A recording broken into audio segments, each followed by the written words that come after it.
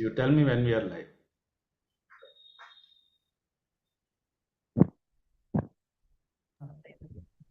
Nirmal sir, we are live, sir.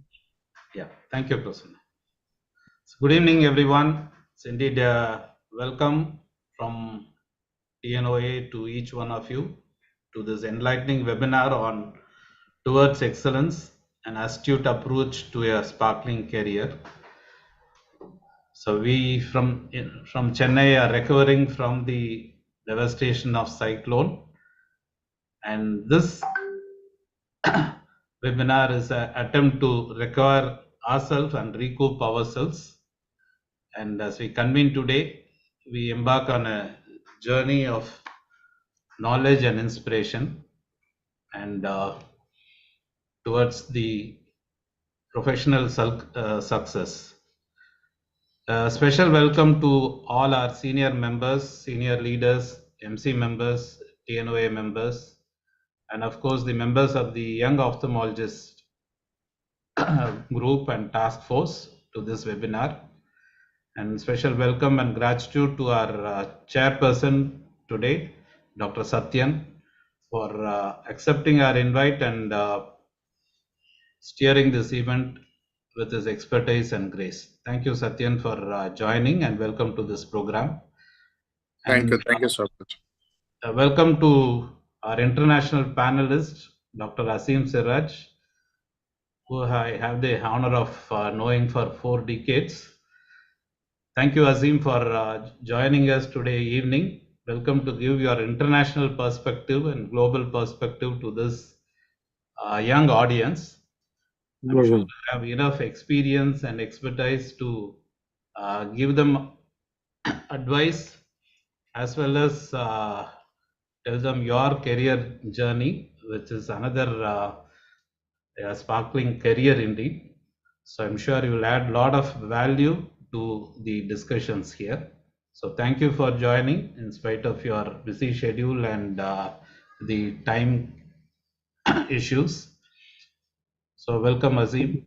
Also welcome Dr. Chitra, another of my close friend and former director in charge of RIO, who's guiding a lot of postgraduates now. I'm sure she will join us. There are some issues in Chennai with reference to the signal. I hope she will join us for this program. I'm glad to welcome all the speakers, the young ophthalmic speakers, Dr. Ramanan, Dr. Amit Pandey, Dr. Aditya, Dr. Narayanan, Dr. Arul Priya, and Dr. Vishwananda. So thank you for joining us and giving your time and your expertise and thought process on this sparkling career for the youngsters. I'm glad to welcome the senior ophthalmic panel. I was wondering what is the SO panel. We know about your panel, and so this is the age of acronyms. So I guess it's senior ophthalmic panels, and Dr. Hana, Dr. Subhashni, and Dr. Vanaja. So there are 2 Pondicherriites whom we met recently also. Thank you all for joining and sharing your time, and as well as I'm sure your experience will help these youngsters know and understand the career paths. So being from institutions as well as from private practice background, I'm sure Dr. Vanaja, Subhashni, and Hannah can guide these youngsters better. And of course, our moderators, ever dynamic moderators, Nishant, and who's also the chairman of this Young Ophthalmic Task Force of TNOA, and Dr. Anujit, who convened and conceptualized this entire program. Thank you, Anujit. It's indeed a brilliant program and brilliant panel. I'm sure this 2 hours of deliberation will be useful to all the youngsters as well as those who are already past the career pathway, but who can go back and have some good memories like us. And to all our young panelists, I'm sure your guidance will, Dr. Siva Vignesh, Dr. Deepak, and Dr. Kalia, who's from the YOSI panel. Thank you, Upasana, Debolina, and Dr. Madhavi. So welcome to this webinar. So I'm sure this webinar will be a wellspring of inspiration and empowerment, paving the way for brilliance in your professional endeavors. So thank you all for joining us for this quest of excellence.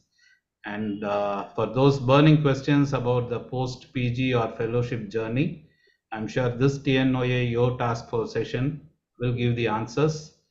And I'm sure the seniors will guide the young ophthalmic panel as well. So I request all the delegates to stay with us and don't miss out this opportunity to navigate the and also decision making in your career. So with this, I welcome all of you to this evening session. I hand over the proceedings to the chairperson, Dr. Satyan, and the moderators, Dr. Nishant, and convener, Dr. Prasanna. Over to you, Prasanna. Yes, sir. Before we can start, a few words from our chairperson and Azim sir, Satyan sir and Azim sir. Respected President and your members and all the audience gathered today, it is like very interesting program what the Yo has prepared to give it to all the audience today. It's such a wonderful program. In fact, I thought I would be learning a lot from this program than the regular programs. So it is very interesting. Without wasting much of our time, I thought we will just go into the program so that the audience are really keen to watch this program. So over to you, Prasanna. Yes, sir. Azim sir, a few words from you. Thank you, Mr. President, Professor Nirmal, Chairperson, Dr. Satyan, and the convener, the aerodynamic, Dr. Prashant, and our moderators, Dr. Nishant and Dr. Anjit. Thank you very much for the opportunity given here. Today, to be frank, my role would not be like a mentor or a teacher. My role would be like a big brother, a brother who has gone the path slightly before you and trying to reflect back on how it was for me and how I can share some thoughts, how it will be useful for you. The path which we have gone many years ago is much different now compared to the scenarios elsewhere. So we try to see how jointly we can see to make your path more easier. So it's going to be a joint holding the hand, sharing of experience, brotherly talk or discussion rather than a teaching. I hope it is helpful for you all. Thank you, Azim sir. And we also have our National Young Ophthalmic Society of India President, Dr. Sonal Kalia ma'am, who has been very active in the national circle, and it's an honor to have you here with us, ma'am. A few words from you, and we'll straight go into the program. Thank you so much, Dr. Prasanna, for the kind introduction. So, very good evening once again to the esteemed members of the TNOA task force. Especially, we are grateful to Dr. Nirmal itself for this initiative. It is enlightening for all the young ophthalmologists throughout the country, not just the Tamil Nadu young ophthalmologists, I'm pretty sure. I want to congratulate them for the wonderful webinars that they have had till now. And this one is also designed so well.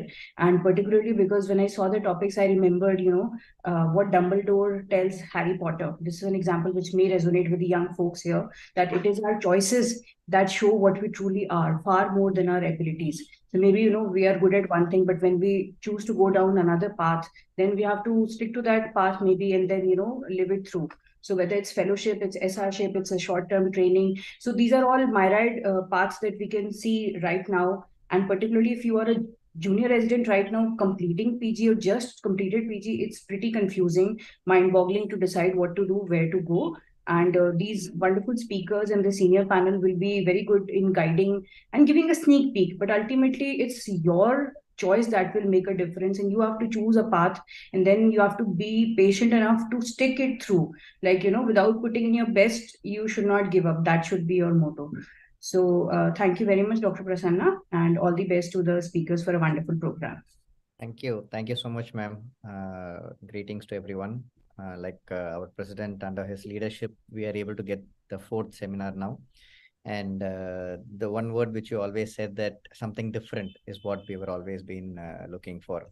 So before we start, just a few words by Subhashini ma'am.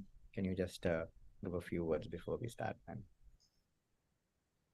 Yeah, just like Dr. Asim said, it's really like as a friend, in a friendly manner, we would be exposing everyone to the choices or what are available in hand to the residents and those who have finished MS Oftal or the fellowships. And so it would be a learning experience for me too, because I passed my FRCS long back. So the current situation, how it is, so what are the prospects if one wants to go abroad or if one wants to do a fellowship?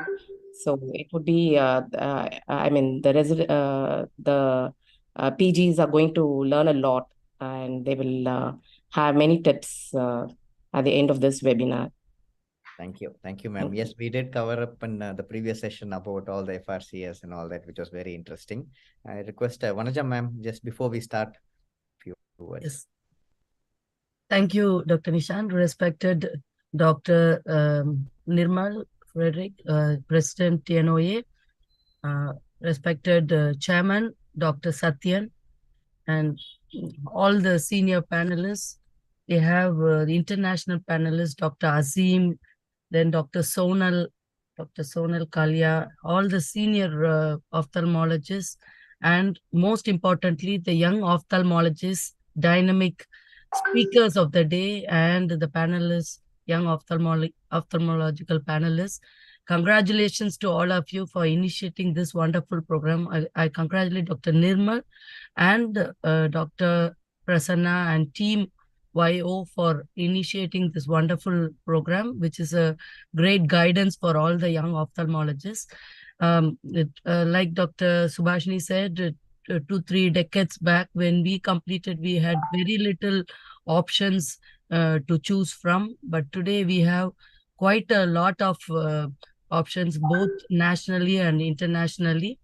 In the international platform, again, you have a lot of exams to take up, which if you competitively clear, you are able to go to any part of the world, and you are able to get back the skill to our country for future practice. So that beautiful platform is available now, and I'm sure this webinar is going to be of great help to all the young ophthalmologists to choose their career, to charter their career, and they are going to have wonderful options, guidance to choose from.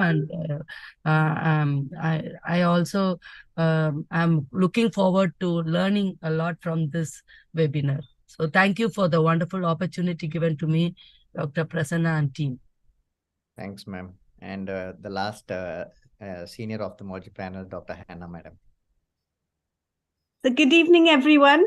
I'd like to thank the dynamic president of TNOA, Dr. Nirmal Frederick, and Dr. Prasanna for organizing this very innovative and new topics for this CME today. Ophthalmology is continuously changing. I think everybody has said that days have changed from when we finished our PG to now. It's so exciting, and you are the future of ophthalmology. So we look forward to guiding you and giving our inputs. And all the best to all the speakers. Looking forward to listening to everyone. Over to our President Nirmal Frederick for a few announcements before we can start the event. Yeah. Thank you, Prasanna. Just need to give information about few of our upcoming programs. On December 16th and 17th, we are having the TraumaCon conference at Chennai, Ideal Beach. So this is organized by the Ocular Trauma Society of India in association with the APOTS, and myself as the organizing chairman, Dr. Mohan Rajan as the organizing secretary. I would love to invite all of you youngsters as well as senior members assembled here to this conference. This is all about trauma and its impact in our practice. So how we can help these patients. It's all about 360-degree coverage of trauma. A lot of leading faculties from APOTS and Ocular Trauma Society of India are joining this. So it is in Chennai. All these brochures and flyers have been circulated. I request all of you to register and join us for this weekend program. It is scheduled in Ideal Beach Resort on 16th and 17th. So those who have interest in trauma or want to learn about trauma, please register and join us. The next one is about our mid-year meeting. Our TNOA mid-year meeting is scheduled on 27th and 28th of January at Eligiri. So this is mid-year meetings just meant for relaxation, reconnect, and refreshing ourselves. It's both ophthalmic as well as non-academic content. I request all of you to join us for this program also. We'll be closing the registration soon. So request all of you join us. And those who are practicing ophthalmologists, we are planning a closed door insurance session under the TNOA Insurance Committee. And this will soon the details will be circulated by our TNOA team. So those who are practicing ophthalmologists, running a practice, or involved in the insurance aspect of your practice, please join us for this closed door meeting that will be announced soon. So thank you for informing you. Thank you for allowing me to inform you this. Thank you, Prasanna. Please continue with your session. Thank you, sir. Nishan sir, over to you to call the first speaker. Yeah, so let's start the session with Dr. Ramanan, who actually finished his master's from RIO Chennai, and he worked as a medical officer at Mahatma Trichy. And he had 3 years of experience in public health as assistant surgeon and director of public health. So he is going to actually talk to us about looking at a glass half full regarding the bonds and senior residencies and health service. Over to you, Dr. Ramanan. Thank you, sir. Extremely grateful for the opportunity. When Prasanna sir has initiated this, I felt very grateful and humbled to be here. So I'll share my screen, sir.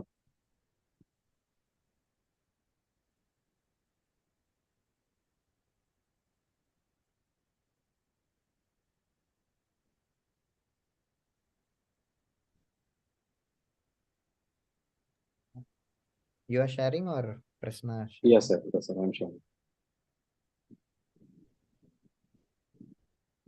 Sorry.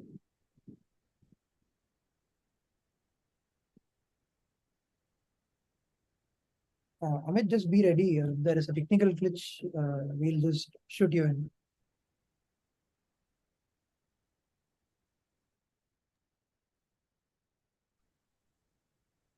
Yeah, I'm ready, Prasanna. Right. As Ramana is getting his presentation loaded, we'll just go to the next speaker.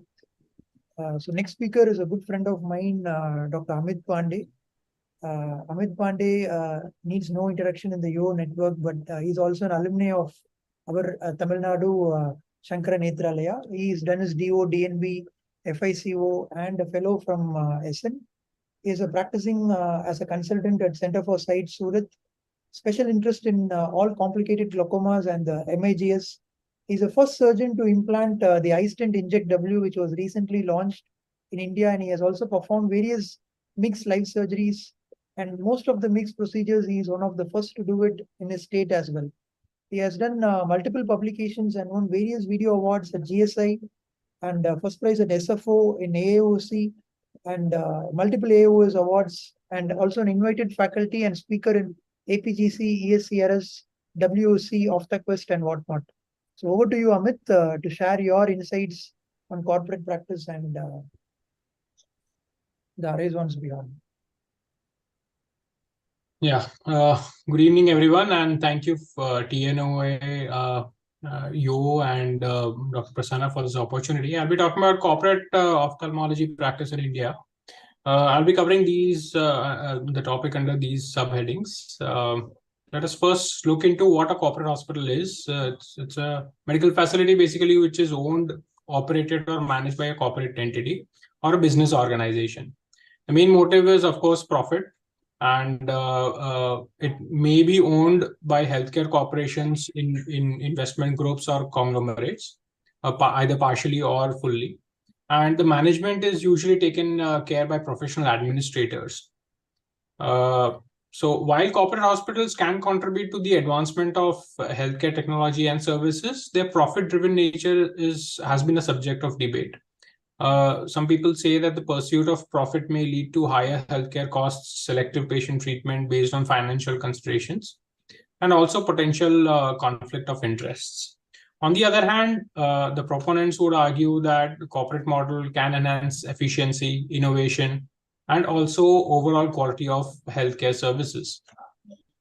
So let us look into what are the merits of joining a corporate hospital. The first one being state-of-the-art infrastructure, because corporate hospitals, they invest in modern and advanced medical equipment. I'll give my example. If I would have started my private practice 8 years back, I would have till now never gotten a chance to do a femto cataract, but I started doing femtos almost 6 years back. Just 2 years into my career, I started doing femtos because I was in a corporate hospital. Professional development opportunities, again, continuous education and training programs are run by these corporate hospitals, which enable ophthalmologists to update to the latest advancements in their fields. I'll give again my example. I'm a trained glaucoma surgeon. Of course, I do cataracts as well, but I started doing refractive surgeries, again, just 6 months into my professional career, in spite of not having a fellowship training in refractive surgery. So again, that was because I was in a corporate hospital. Research and innovation. Now you're looking at so many conferences where so many doctors from corporate hospitals are contributing. Because corporate hospitals have realized that research and innovation is going to improve their overall image in the ophthalmic world, and so they support research initiatives and have an environment that encourages ophthalmologists to contribute in scientific advancements. If you're working in a corporate multi-specialty hospital, you'll get specialized departments where you can collaborate with other departments as well. Again, a big advantage I would feel that corporates have is a streamlined administrative process where you don't have to, as a healthcare professional, you don't have to have that burden on you, and they allow us to focus more on the patient care rather than administrative systems. Competitive compensation is a big help that corporates have done to our community, especially in my state. I would feel that when Vasan came around 15 years back, they changed how compensation is given to the doctors.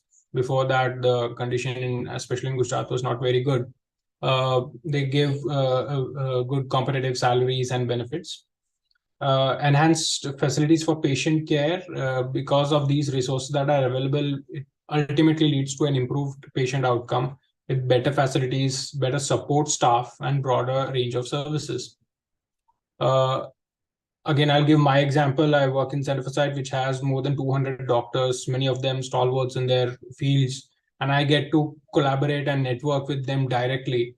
So that's another big advantage that these corporate hospitals have. Career advancement opportunities also are there based on your skills, expertise, and contributions. There is focus on quality and patient satisfaction. I would like to say that today was our NABH accreditation and we got an NABH accreditation just 1 year into our hospital being set up in Surat. So the focus on quality care is there, and that leads to better patient satisfaction. We have can have more access to diverse patient population, especially international patients. We can get more in corporate hospitals, so we have that advantage as well. The key point being that specific advantages may vary depending upon the individual hospital, its management practices, and overall healthcare system in the particular region or the country. Coming on to the demerits, we've looked into the advantages. Now let us look into the disadvantages. Financial pressure and profit motive would be the biggest.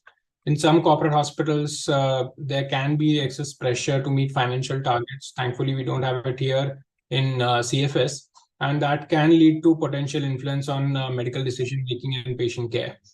Focus on quantity over quality can be there. there might be some rigid guidelines in the hospital that we have to, for example, use only certain kind of IOLs or certain medications that can be given. Again, that's not the case here. We get that autonomy or that freedom. But yeah, in certain hospitals, that could be a problem. If you are in the higher, like a director or a clinical in charge, you can have more administrative burdens. Again, diverting your time and attention away from direct patient care. With these high patient volume, administrative burdens, pressure to meet financial targets, you can land up with a burnout. Potential of ethical dilemmas, again, that prioritizing of profitability over patient can lead to, may not align with your best interests, again, for the patient, for certain hospitals. But here, like I told in Cenifosite, we are, again, every time we are told to practice ethical, because long-term they know that ethical practice would go a long way. Limited community engagement, corporate hospitals may be perceived as less connected to the local community as compared to a smaller community-based healthcare facility, and that can lead to affect the patient-doctor relationship. So what are the points before you join a corporate hospital that you should look for? Hospital reputation is important in the community. Patient satisfaction ratings, if there is any history of legal or ethical issues. What is the corporate culture, and that culture aligns with your own professional values and priorities. Just consider that. Financial stability, the hospital, the corporate entity should be financially stable, and that stability would contribute to more secure and predictable work environment for you. Clinical autonomy, you should inquire about the level of autonomy that would be given to you, whether there will be room for individual decision making in patient care, or if there are very strict protocols that needs to be followed. Work-life balance, it's very important, and you should consider whether the hospital promotes a healthy work-life balance or if there are expectations that may lead to burnout. And similarly, career advancement opportunities, if there will be promotions or professional development or leadership roles that be given to you later on. Compensation, of course, is very, very important, including salary, bonuses, and benefits. Ensure that the packages that you are getting is competitive in the industry in your region. What will be the staff and support levels that be given to you so that you can focus more on patient care. Technology and equipment is very, very important, and ensure that they provide access to modern and advanced tools for diagnosis and treatment in ophthalmology. If the hospital is patient-centric, that focus on the patient satisfaction and positive outcomes is an indicative of a quality healthcare environment, and that you should look out for. Community engagement is again an advantage that you might get in certain corporate hospitals. Legal and contractual aspects are very, very important, and including obligations, benefits, and non-compete clauses you need to carefully review and seek any legal advice if needed before joining. Ask current or former employees if possible. Their reviews and testimonials can provide valuable insights into the day-to-day working of that hospital. Regulatory compliances should be there, and there should not be any legal issues later on. So personal, if that this working style and professional aspirations, if that is aligning with your outlook, this would be a contribute to good job satisfaction. So to conclude, my take-home message would be corporates that are run by doctors rather than MBAs seems to be the safer bet. Ethical practice would go a long way, even if you are in a corporate hospital. And medium-sized or larger centers will have the most advantages of corporate practice, rather than a very small setup somewhere in the periphery. If you are into a medium-sized or larger center, that would be a bit more beneficial. Avoid overcrowded hospitals. Of course, a few seniors there would be very, very helpful, but it should not be too many people there so that your work cannot be noticed. negotiate the salary. That's important. Don't compromise too much just to get in and think that later on I'll get better salaries, because if you start low, you'll always be low. Base salary is again more important for beginners, and incentives and share would increase only once you have a strong patient base. Thank you so much. Thank you, Amit, for the wonderful outlook on a corporate setup. Over to our chairperson, Satyen sir, for his comments before we go to the panel. Thank you, Prasna. Thank you, Dr. Amit. Amit, I think, has almost given all the details. Who should be joining and what should be the attitude that you should have when you're joining the corporate hospitals. For me, there are a few things. Whenever we are joining the corporate hospitals, we should think about other things like, is it we are joining only for the salary, or for what else we are joining? If you want to really improve your career growth by, like the research or the subspecialties that you are selecting on. So those kind of things you must consider initially itself. But the other thing is, like, if you have just finished your post-graduation, I would rather, wait for some time, practice at other smaller centers or even other bigger centers, get trained well, so that you will become more valuable when you go and join into the corporate hospital. Then straight away go into the corporate hospitals. So you really may not have enough of exposure in the specialties. So I would rather look at, you can join at some point where you feel you are really kind of a consultant mode, where you have more value for yourself. That would be one of the points that I would really consider, so that your growth will be much better than just go and join. You may not be really into the best of the valuable position. That would be one of the other messages I would give it to all the junior colleagues. Yes, President, others can also add up their points in case. We have Anuja, But the other thing is, like, we should not be, like, the motive should not be just go there, join, and then do some, get motivated only for the profit. You should not be going in there. So that is not a very ethical thing to do.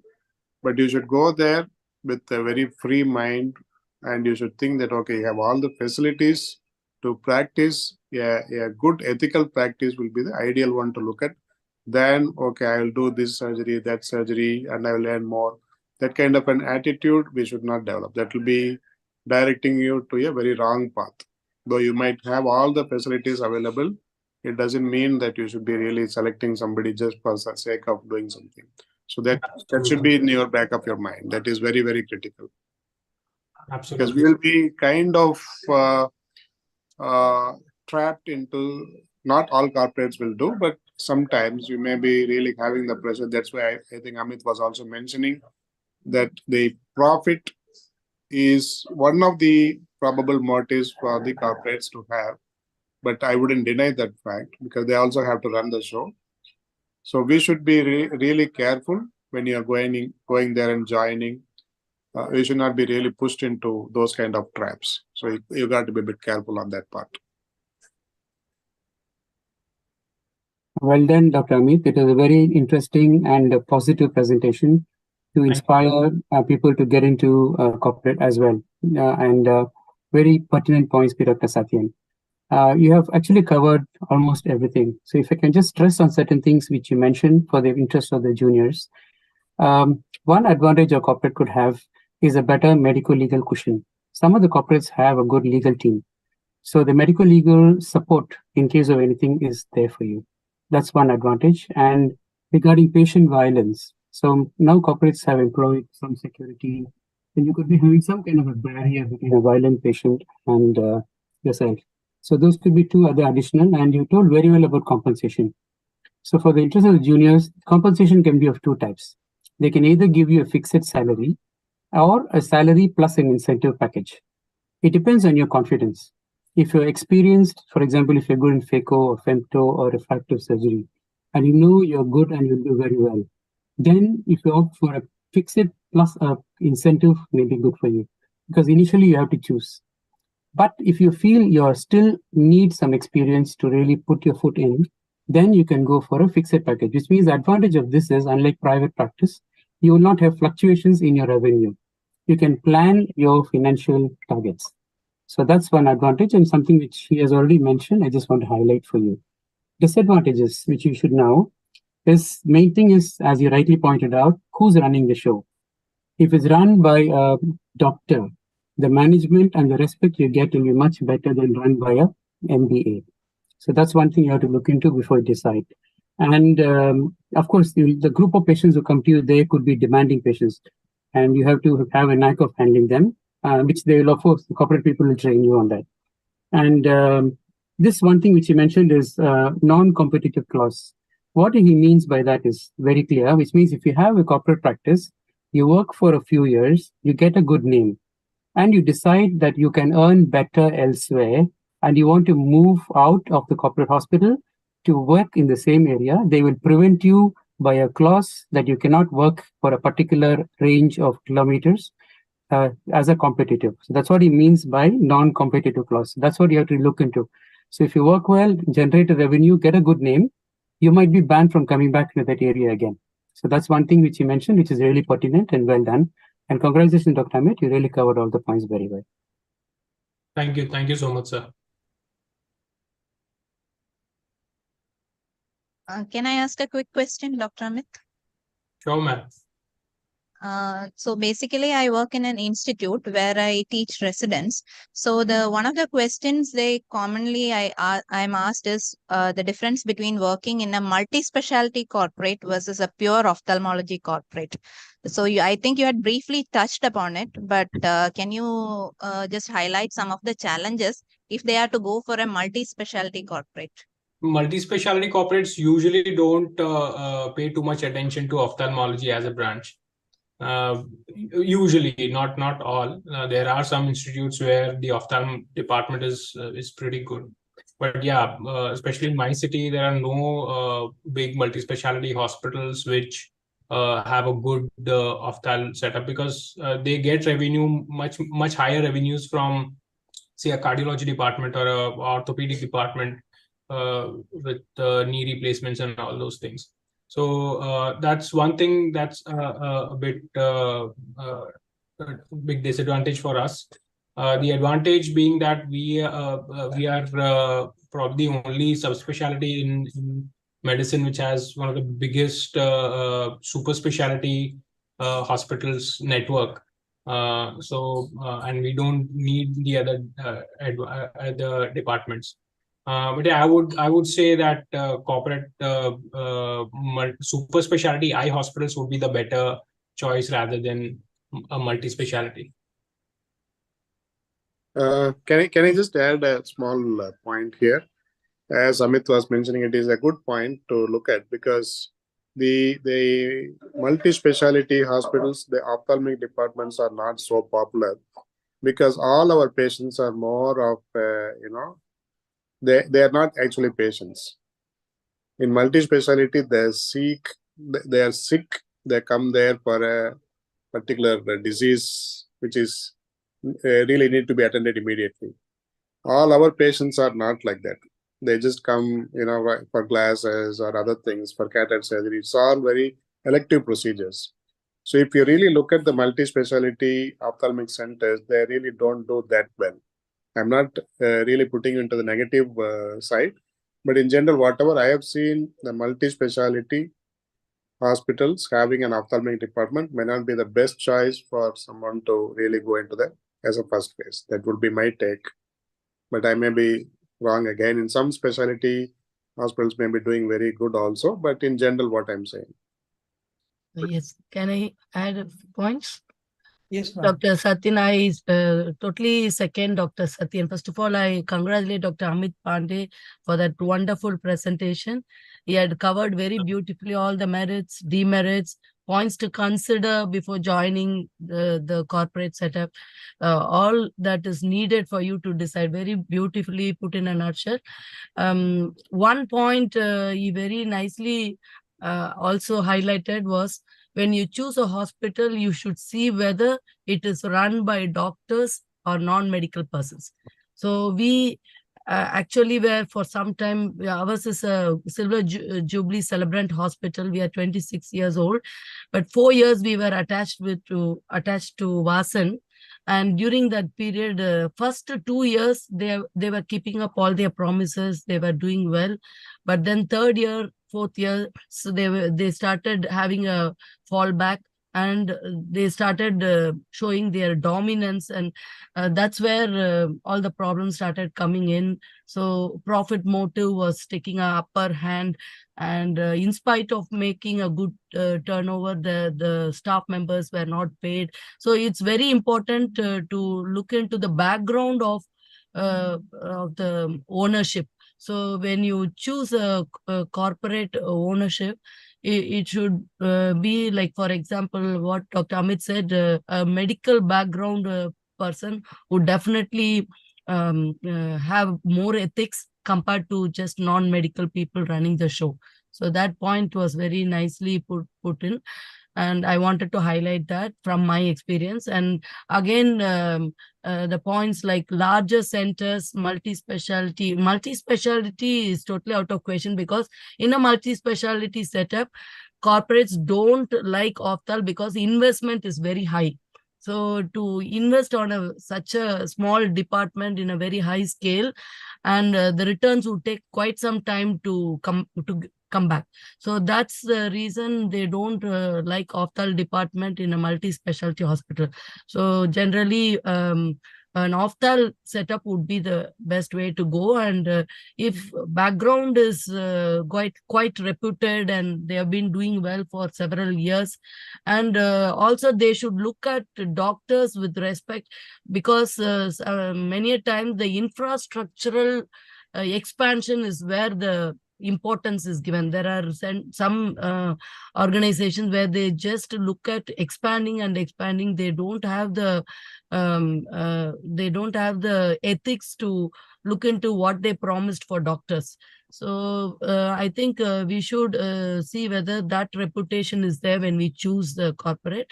Like Dr. Satyan rightly said, it's good to stay on with any other form of practice for some time before you have the maturity to choose the corporate setup. So going into corporate setup right at a very young stage would not be a good thing to do, I feel. Also, I would like to listen to other panelists.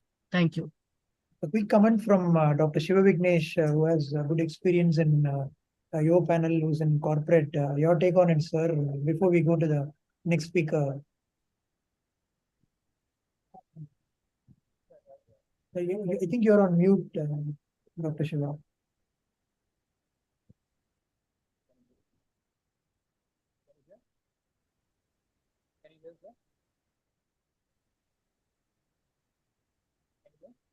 Also, another very important point is, from the corporates, we learn how to do good management and how to look at profits. So we will also learn what not to do, but we can also learn good points like what to do and how to do good profits. So in an ethical way, we can, of course, take up such points. Okay, we'll move to the next speaker, Dr. Ramanan Ji. Looking at the glass half full. Over to you, Dr. Ramanan.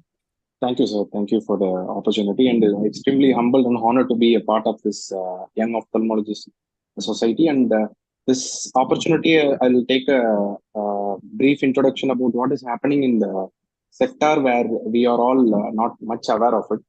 So this whole presentation is pertaining towards the government sector graduates, like after graduating from MS Optal, what is happening for them.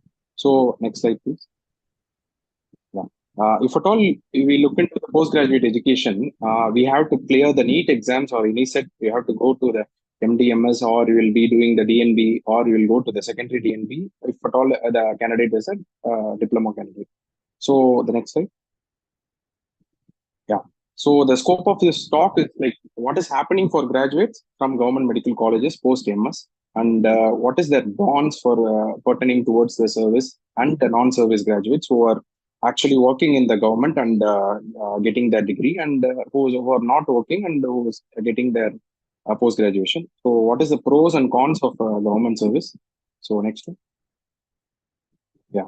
So when you look into the government service scenario, to get into the government service, definitely there will be some exams which is there, and we have to crack that. All India, it's always there. For Tamil Nadu perspective, you have a medical recruitment board exams. It is an MCQ based exam, and you have to give your 2 years in rural service or probably in a government hospital. That is a compulsory 2 year period.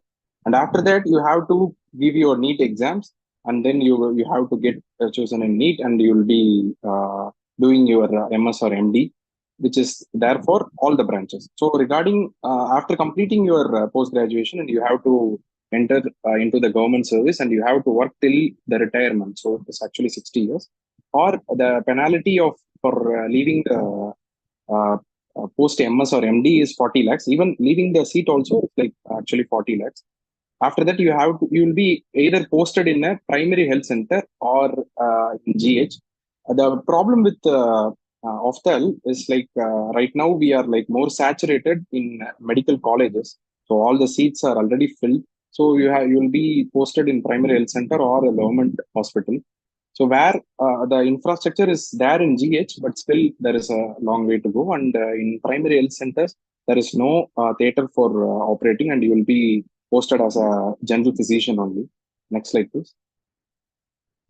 For a non-service candidate who is not going to continue in a government service, so for them the bond period is 1 year, and that is due to the graduates like who completed this year. They struggled a lot and represented to the health secretary of the state and went through so much struggle and reduced the bond period from 2 years to 1 year, and the bond breaking penalty is actually 20 lakhs.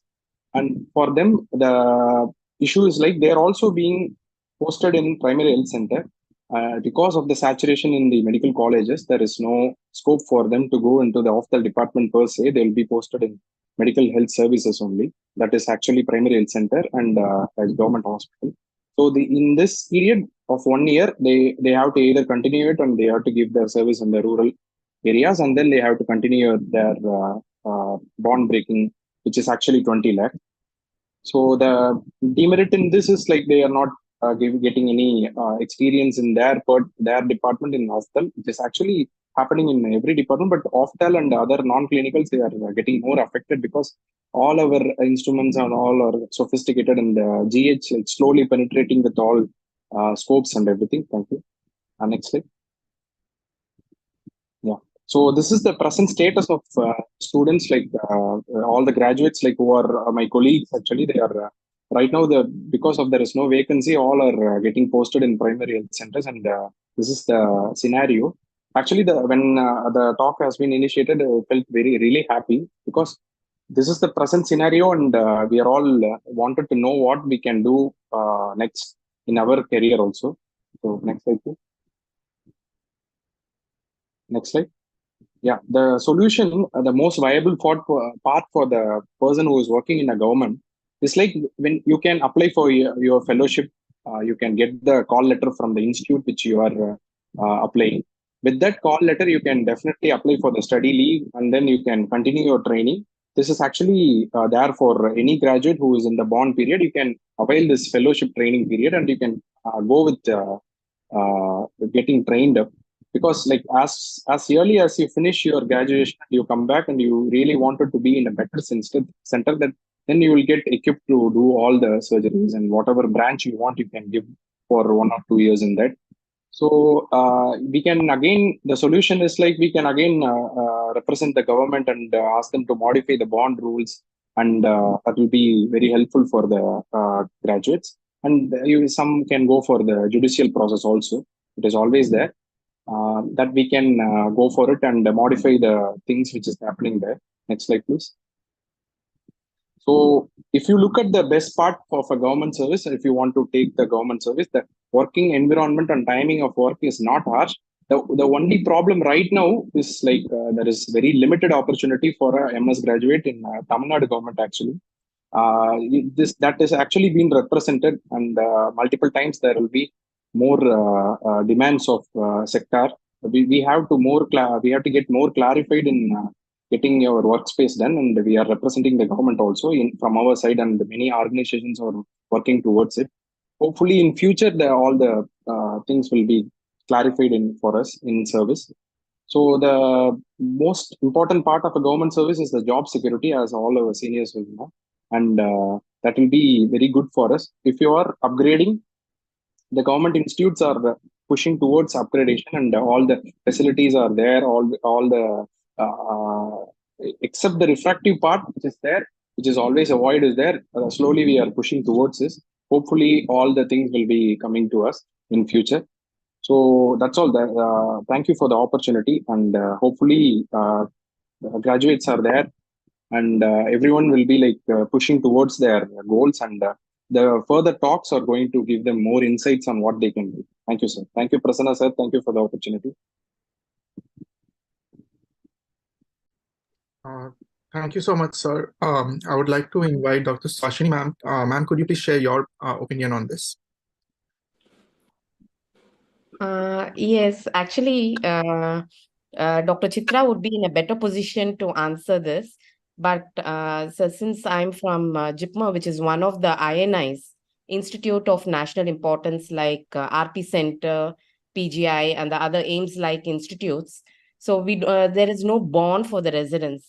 So following MS ophthalmology, they are free to leave the institute, or they can join as senior resident. So as a senior resident, you can work for a maximum of 3 years. So a good idea for people who do in INIs is to do at least 1 year of senior residency before they embark on any fellowships. But in this age, as most of the residents, at least from JIPMA, they want to do a fellowship, and in this age, fellowship is the way to go. So you can't just be a comprehensive ophthalmologist. You can have a knowledge of everything and develop the skills in everything, but it's better to have a subspecialty of your interest. And in India, you can even choose 2 subspecialties. So senior residency, if the way it helps is, once you do the senior residency for 3 years, then you can join any medical college, a government medical college, as an assistant professor. And only 1 year senior residency is needed if you want to join a private medical college.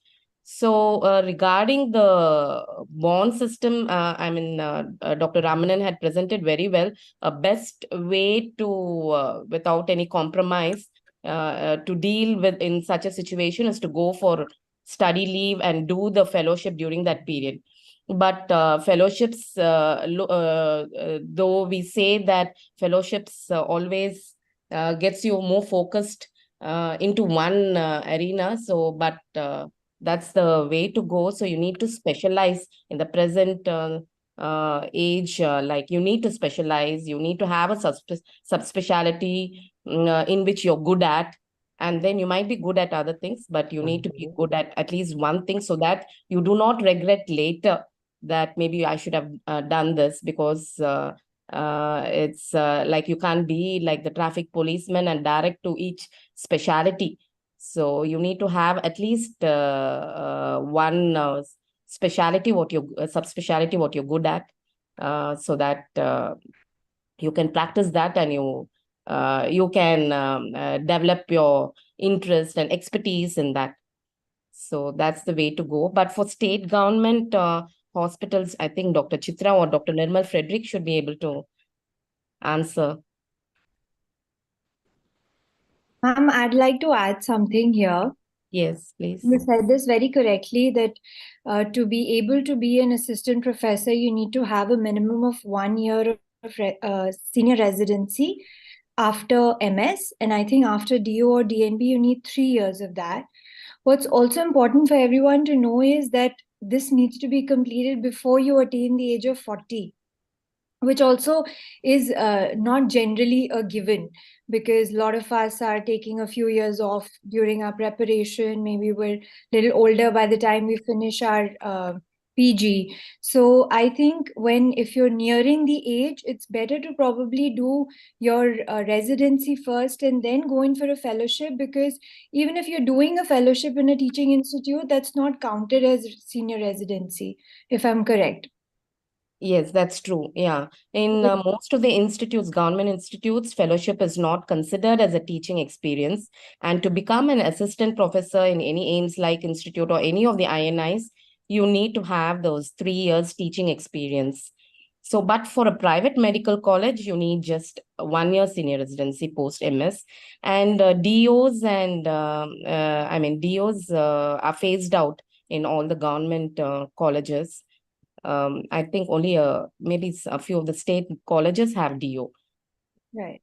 Yeah. So it's important to have your motive clear and then work backwards. Yeah. So that you Yeah. can We have residents in JIPMER who have finished 3 years senior residency and then pursued a fellowship. And there are others who directly go for the fellowship. And especially if you're going for long-term fellowships, which are for 2 or 3 years, and especially in LV Prasad, you have a general opthal training for the first year, first 15 months, and then you go to that parent department. If it is a Vitreoretina, you go to the parent department only after 15 months, 15 to 18 months. So during that time, you are exposed to the comprehensive ophthalmology. So you get to know everything. You get to do the cataract surgeries, and then you go to the subspecialty department at the end of 15 months. So that's well for a person, because during the post-graduation, you're not so well trained. So whatever be the exposure, you might have done many surgeries, or some might not have had the good surgical load. So in such a situation also, so whatever be it, 3 years is just not enough experience. So after that, it's better to go for further experience, like in the form of senior residency, or you embark on a fellowship before actually going to the corporate, as the other panelists were telling. Very pertinent Thank you points. so If we may just add one or two to throw senior residency in slightly better light.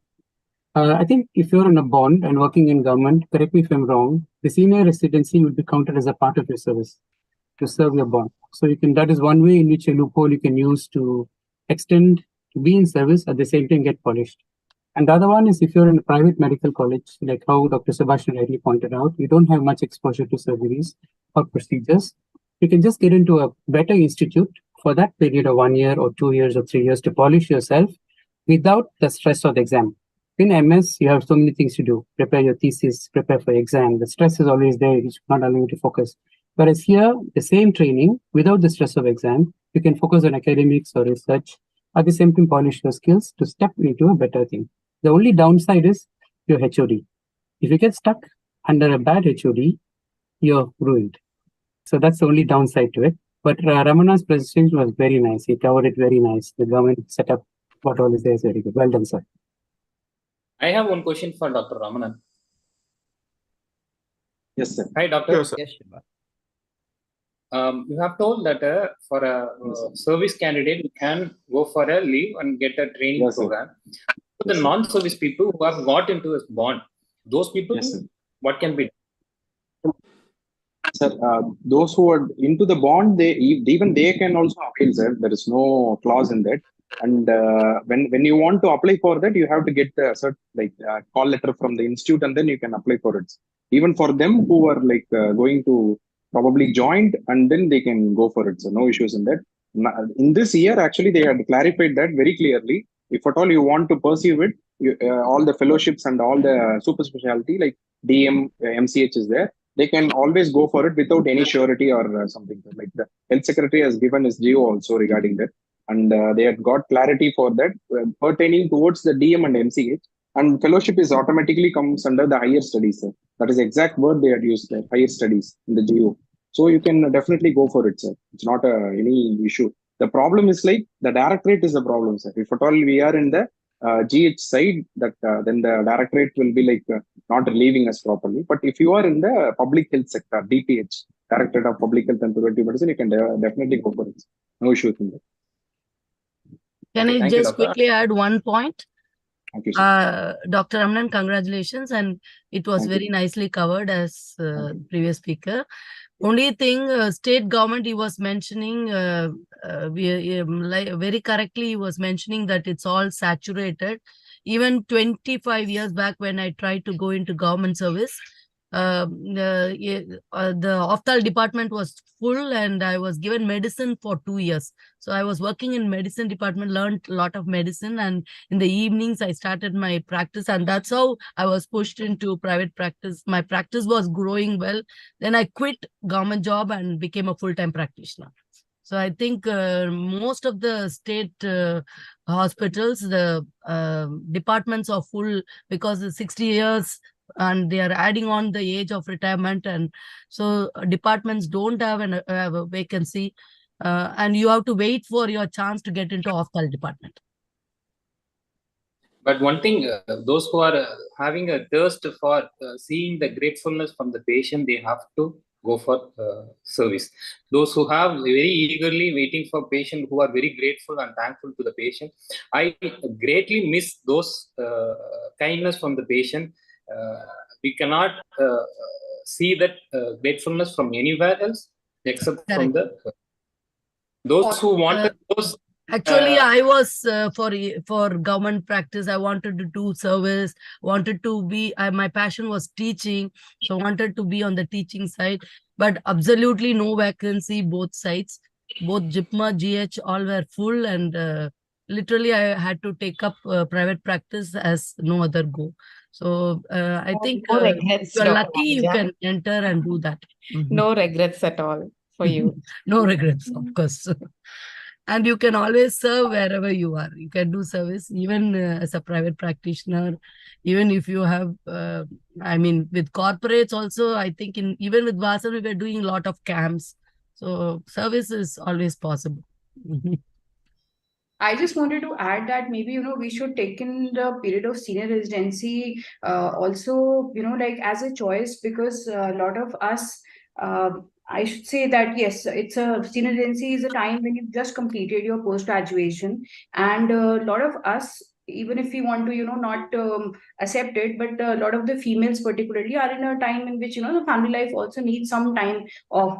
And so fellowship trainings are a little more rigorous sometimes. Sometimes it's through an exam that you're going through, and maybe senior residency is a little bit easier to get into sometimes, not always, but sometimes. And then those who have done their PG from a private medical college or a DNB setup, they get exposure to a multi-speciality trauma centers and all this at a government medical college, especially since I'm affiliated with a government medical college. That's why I'm giving that perspective here. And it's a unique opportunity to be a part of the future wherein you're teaching the MBBS students. I think that is something, if that is your calling, then, you really MBBS and both PG later on. It's something which, even as a senior resident, you will get a sneak peek into whether it is your cup of tea or not. So senior residency should not be really looked down upon in the era of fellowship, because it also has its merits. And the entire well-rounded training that you get in senior residency, you may not get it a fellowship directly, particularly if you've gone directly from a ophthalm-only center to again a fellowship at another ophthalm-only center. So just to say that it may not be a cup of tea for everybody, but if you have done at least a year of senior residency and then go into fellowship, then you are better prepared to have a no regrets decision. Suppose yes, I agree that vacancies are less, but government medical colleges do end up having public service exams in most state colleges and the institutes of national importance also within few years. So if you're lucky enough, then maybe at that point of time in your career when you are about to complete your senior residency, you are able to sit in one of those exams and the subsequent interviews, and then can, if you've done the senior residency, then you are both eligible for that exam, and also you have, an experience of the whole thing, and you can decide whether this particular kind of a job is for you or not. Because a lot of people don't like being bound by those rules and regulations that are often a part of the government setup, particularly those academic institutions where now NMC is bringing in rules of punching in, and a lot of other things are also there. You have to do MLC cases and boards and be involved in exam duties and a lot of those stuff. Some people like it, like I do like it. I am happy where I am, but a lot of people don't like it. So SRship gives you a sneak preview into that kind of a life, and then you can really decide whether that life is for you, or you would be better off. And also, to counteract this point, a lot of people were saying that after SRship you're not really complete and all. But after SRship, if you are going to join as assistant professor somewhere, a lot of colleges do give leaves to go and train elsewhere. They send you to AIMS or PGI, and I mean, in North India it's AIMS or PGI mostly that people go to, and then you can come back after having done that training. My own department has people who've gone for 2 years to AIMS and had that kind of an experience and come back to the same department to continue their career. So those options are also there in the government center of excellence, I should say. Just a quick point clarification. Subhashini ma'am, does the number of years of senior residency vary between a DNB candidate and an MS candidate to become an assistant professor, or the number of years are the same? They are the same as far as I know. So it's only 3 years you need to, 3 years teaching experience. That is what is required. But generally, it is not possible for DNB candidates to enter JIPMA. I think mostly preference is given for MS, and their own students are the first choice. Yeah, now things are a lot different. So it all, there is a big panel which decides. So it's all your credentials and your CV that matters. Yeah, I would also like to point out that DOs, Diploma in Ophthalmology, will remain as senior resident. They cannot be promoted to assistant professor. They will remain throughout.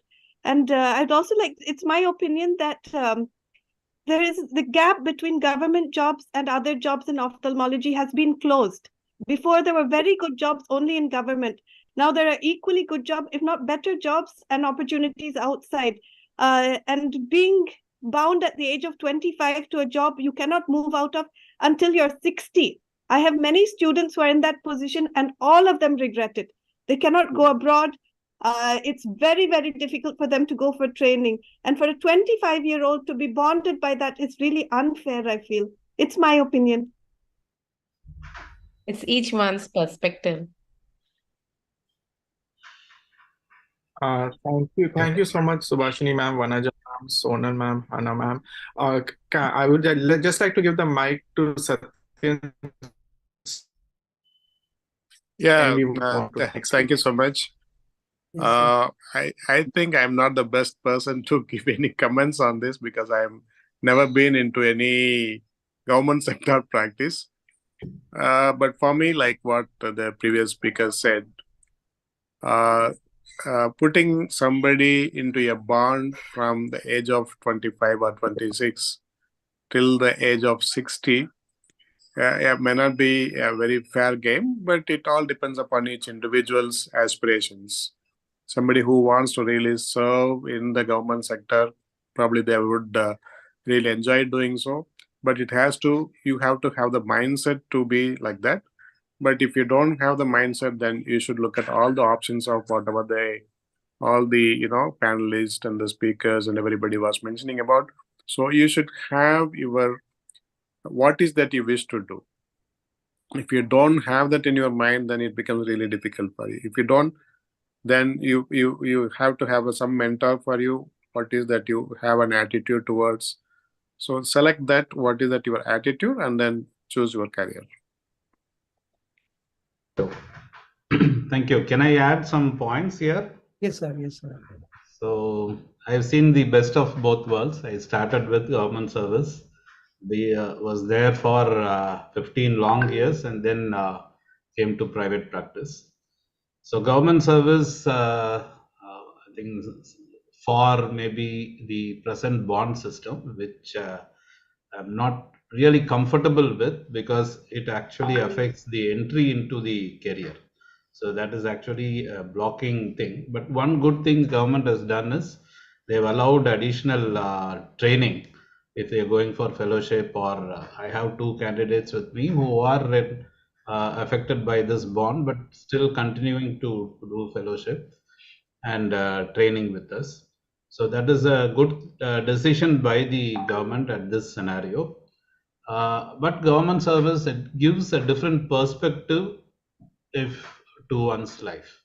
So it gives a lot of hands-on in the initial stages, particularly if you are attached to a training institute or a medical college where there is access to operating facilities. Definitely, yes, you get a lot of patients hands-on, and maybe guided program may not be there, or mentorship may not be there, but a lot of patients are there, and definitely it gives a lot of satisfaction, as because you are directly dealing and caring for these patients. On the flip side, so we had one facility of having additional private practice. So we had best of both worlds: morning government service and training in the medical college or a government facility. So those days used to be mobile ophthalmic units, where we have chance to operate on hundreds of patients per week. So nowadays I hear, even after 3 years of masters, one has done only 10 or 20 cases. But those days we had this opportunity of operating on 1,000 cases in the camps, and at least 200 to 300 cases on a single day. So that days may not come, but government gives that option, and it was wonderful to have good hands-on. So we also had certain access to operating microscope and good machines. I learned phaco in a government institution. In fact, I put my first phaco machine in a government institution, started my phaco training there, and then only took out the machine and came out. And in the process, thousands of patients were benefited. And also gave access to other specialities. We had good working relationship with all these specialties of medicine. So it all depends on which medical college or government facility you go. So there are still good medical colleges doing wonderful job, but luck also plays a factor. And coming to the few questions about residency, yes, DNB residency and diploma has its own negative things. But if you are in the right path, definitely you can go up the ladder. I know many DNB candidates who have been absorbed into the teaching facility. Only thing, I think it takes additional training of 1 year or 2 years. So, and same way, diploma, of course, the promotional thing in the up the ladder in the government setup or teaching program is limited. You need to have a master's program with you. So if you are really, what I would suggest is know yourself first. So before really understanding where you want to go, you need to do your SWOT analysis for yourself. What is your strength? What is your weakness? What are the opportunities you have now? Well, you can't decide on what opportunities me, Vanaja, or Satyan had 30 years back. But now the scenario is totally different. And what is the threat now? Now the threat for education and training is a different, right? Technology is a threat. The number of simulation is an additional advantage, but technology is limiting all this hands-on. So you have to see your SWOT, do your SWOT analysis for yourself. See whether you are really oriented to working in a government institution where there are substandard facilities, or you are more keen towards corporate or institutional setting. So based on your analysis of yourself, you need to select your where you want to grow your career. Can I just ask you one question, Dr. Nirmal? Would you really advise all these people to, like work for some time, be in the government institution, and then you can pay for the bond of whatever the X amount of money if you have that? So you get your reasonable amount of experience and then come out and flourish like Dr. Nirmal. You are quoting me, my experience. I would not suggest that. So our time was a bit different, and I had the courage to put my papers on one fine morning after having coffee. Right. So that may not be the ideal thing. No, what I'm asking is, say for example, they work in the government sector for X number of period till they get a reasonable amount of experience or, like good experience, whatever you call it as. And then break the bond by paying the amount of money, whatever the government has said, because we know that the X amount of money, whatever is been quoted, is about say 40 lakhs. It may be huge, it may not be huge for somebody, but is that you advise them, okay, you be there for some time and then you pay the money, get out of the system, and then you start practicing. Would you advise that for at least a few of the people? Yeah. So thank you. It's a nice question at this juncture because many youngsters are battling the bond, I would say, right? More in the mind than the real monetary issue. See, if you don't have any inclination to work in a government setup, I had the inclination, I wanted to serve the government institution, and so I was happy working there. So first thing, if you are happy working in a government setup, please do. Because that gives a lot of job satisfaction. I still long for that. Okay. Second thing is, if you are going to start private practice, don't waste your time going there. So it is actually, if you're going to start your practice, start from day one. Don't bother about comprehensive or specialty, all this fellowship, because at present in the even in Indian context, fellowship is an additional privileging mechanism. So NMC has not recognized any of the fellowship except for DNB VR in one institution and pediatric ophthal in one more central institution. So actually, legally, it has no validity. So it is an additional privileging mechanism that many of the institutions are giving. So whether to take up private practice, if you're going to private practice, the longevity, the more you spend your time in private practice, that gives you an additional advantage. It's like stock market. So it is more about time in the market than the timing of the market. But you don't have any access to additional training, or your MS exposure is limited to surgery or practice, better to join a fellowship, get enough practical exposure. So either in a private institution or a private hospital setup, get the practical insights first, learn the trick of the trade, and then go towards private practice. If you are inclined to teaching, straight away join an institution, whether government medical college or institutional practice, and start your career. Don't waste about all these bonds. And over a period of time, I think this will be called off. So maybe one hint is, if people are battling bond, you can delay for some time. Hopefully the court has already taken cognizance of this issue and reduce the bond amount for some group. And there is a legal mechanism that you can quote that judgment and then get the bond reduced. The only other problem in government sector is you don't know where you're going to get posted unless you have the contacts.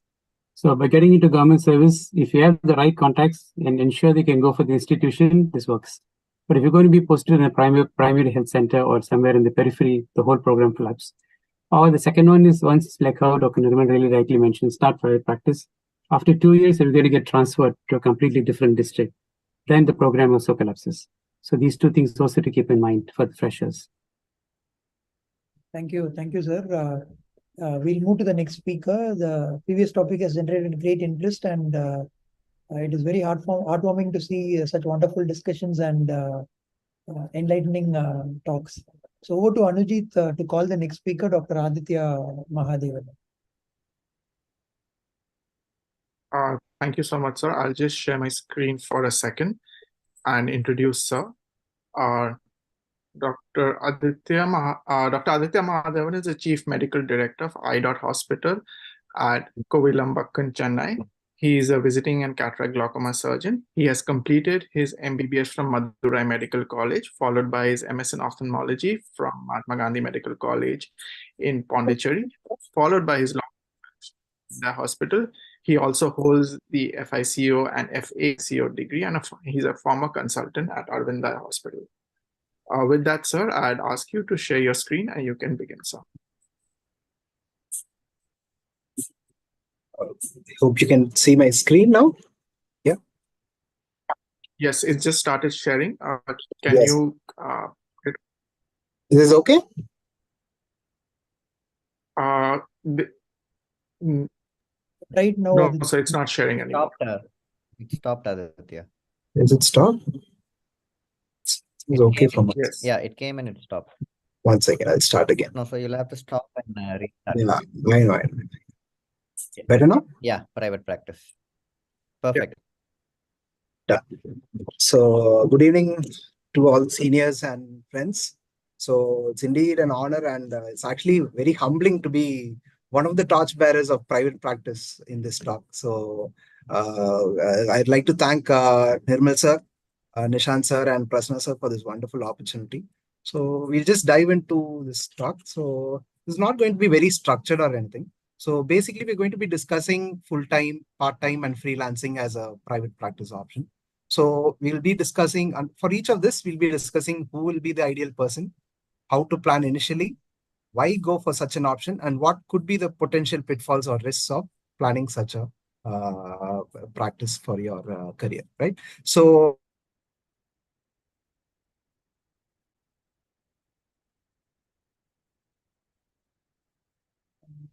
Dr. Aditya? So you're on mute.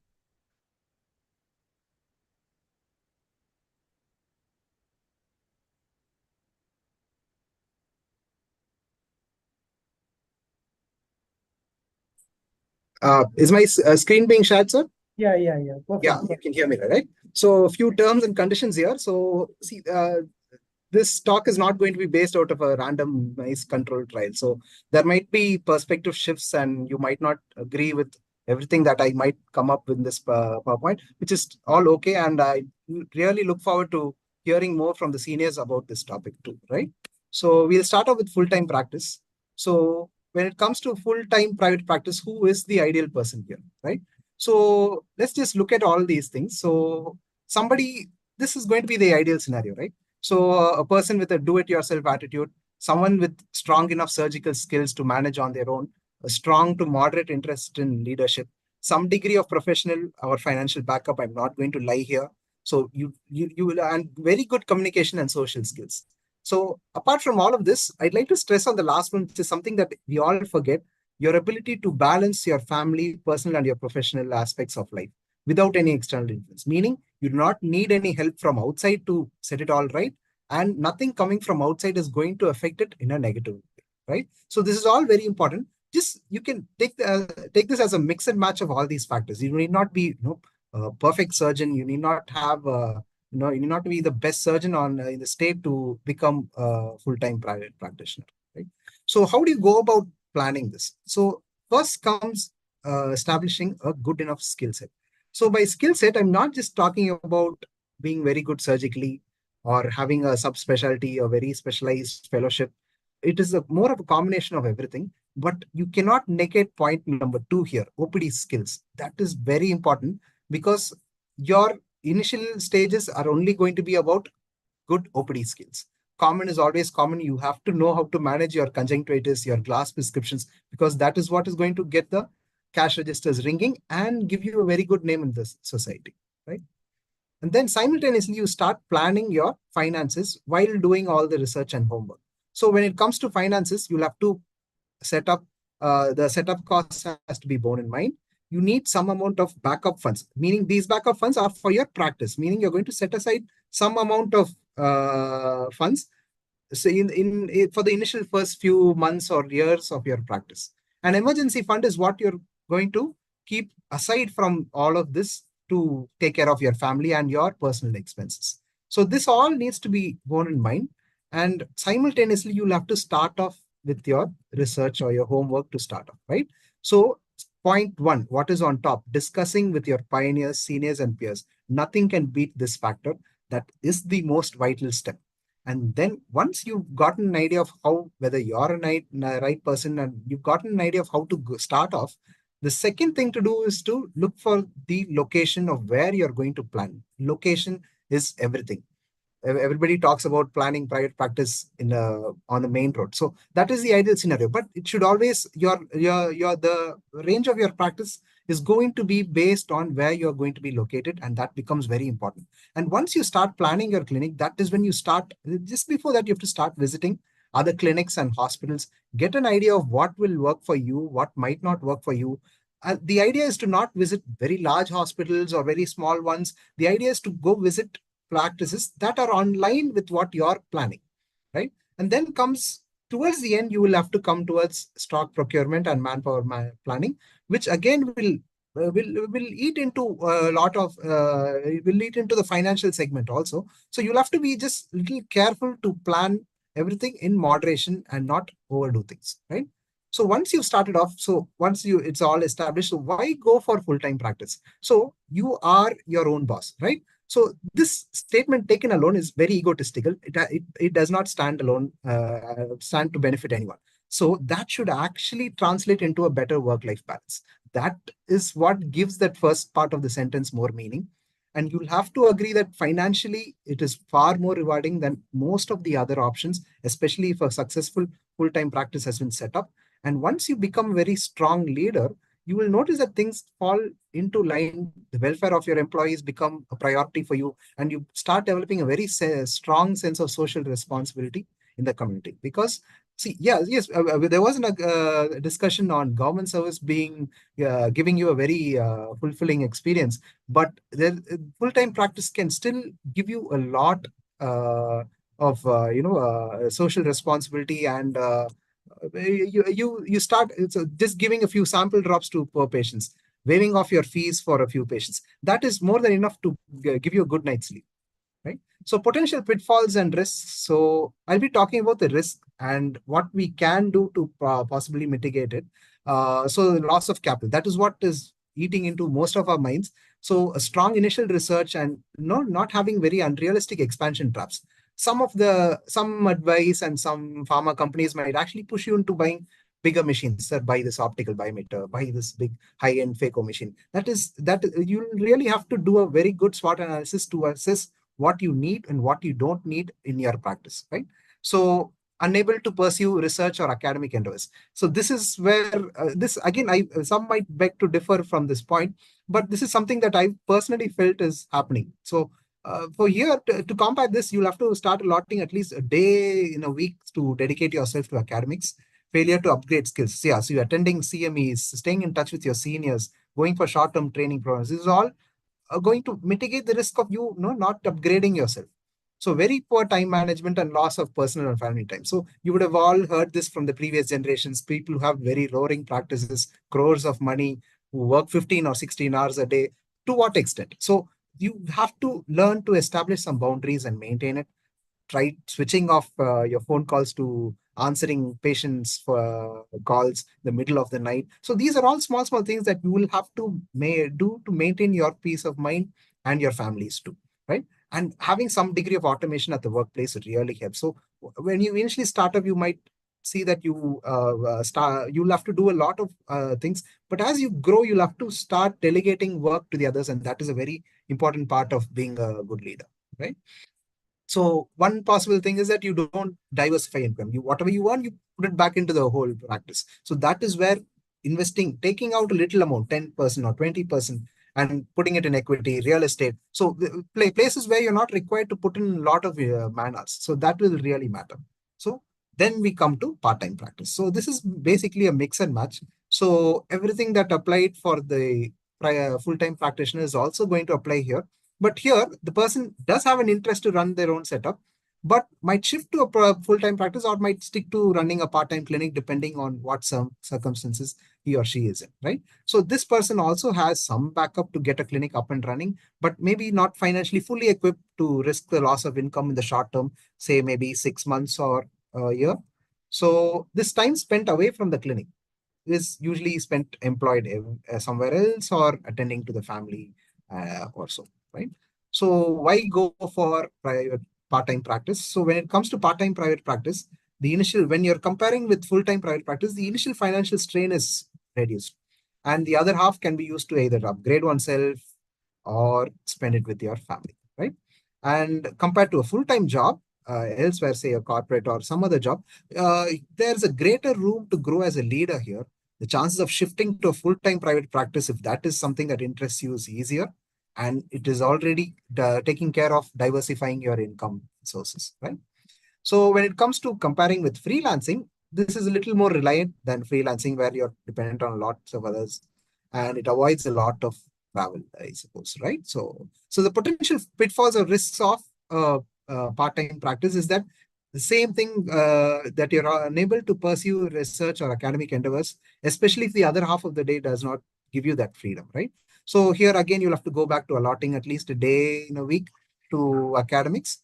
And depending on the other half, see, if you're stuck with taking care of your family for half a day, then it might not sometimes be very financially rewarding. Or if you are stuck in a job and then you have to run a clinic also, there might be a loss of family time, right? So coming to freelancing, so just a few points about this too. So who is the ideal person here? So this is a person who has a skill set that is considered very valuable or desirable by many practices. So you should be well equipped to say that very confidently. And this person is not very interested in a single workplace atmosphere, does not mind traveling much, is not motivated or financially prepared to start or run his or own practice. And this can also be an alternative source of income for people who are just starting off with their own practice, who have a part-time clinic, and this can be an option to do in the rest of the day. Yeah. So this person already has or is willing to build a very good network among other peers, right? So planning here is very simple. First, coming to the skill set, have a very upgraded and enviable skill set, and then you start building a strong peer referral base, right? So why go for freelancing? So this is choose a very desirable option, I suppose, for a lot of retina consultants and other specialists like cornea specialists and all that. So one, it gives them freedom from a single workplace atmosphere. So they can stick to the core specialty while staying very updated professionally without being diverted by the administrative challenges of running a private practice or anything. So it's very ideal for travel bugs too, especially if you can find it in you to expand to other cities, districts, and states. And higher the skill set, higher the likely remuneration that you get out of it. And some of the few potential pitfalls is that income might be a little variable, especially during the initial stages. And that is where you'll have to explore alternative sources of income also. And you will, end of the day, you're a little dependent on others. So being very replaceable or having a lot of contacts might really reduce the risk that might be associated with this problem, right? At the end of the day, doing what you like is freedom, and liking what you do is happiness. So choose your way, find your way, and stick to it. Thank you so much, right? And I'll be more than happy to help out anyone who might need any guidance. And yeah, just like any other, just like our seniors have helped me, right? Thank you so much.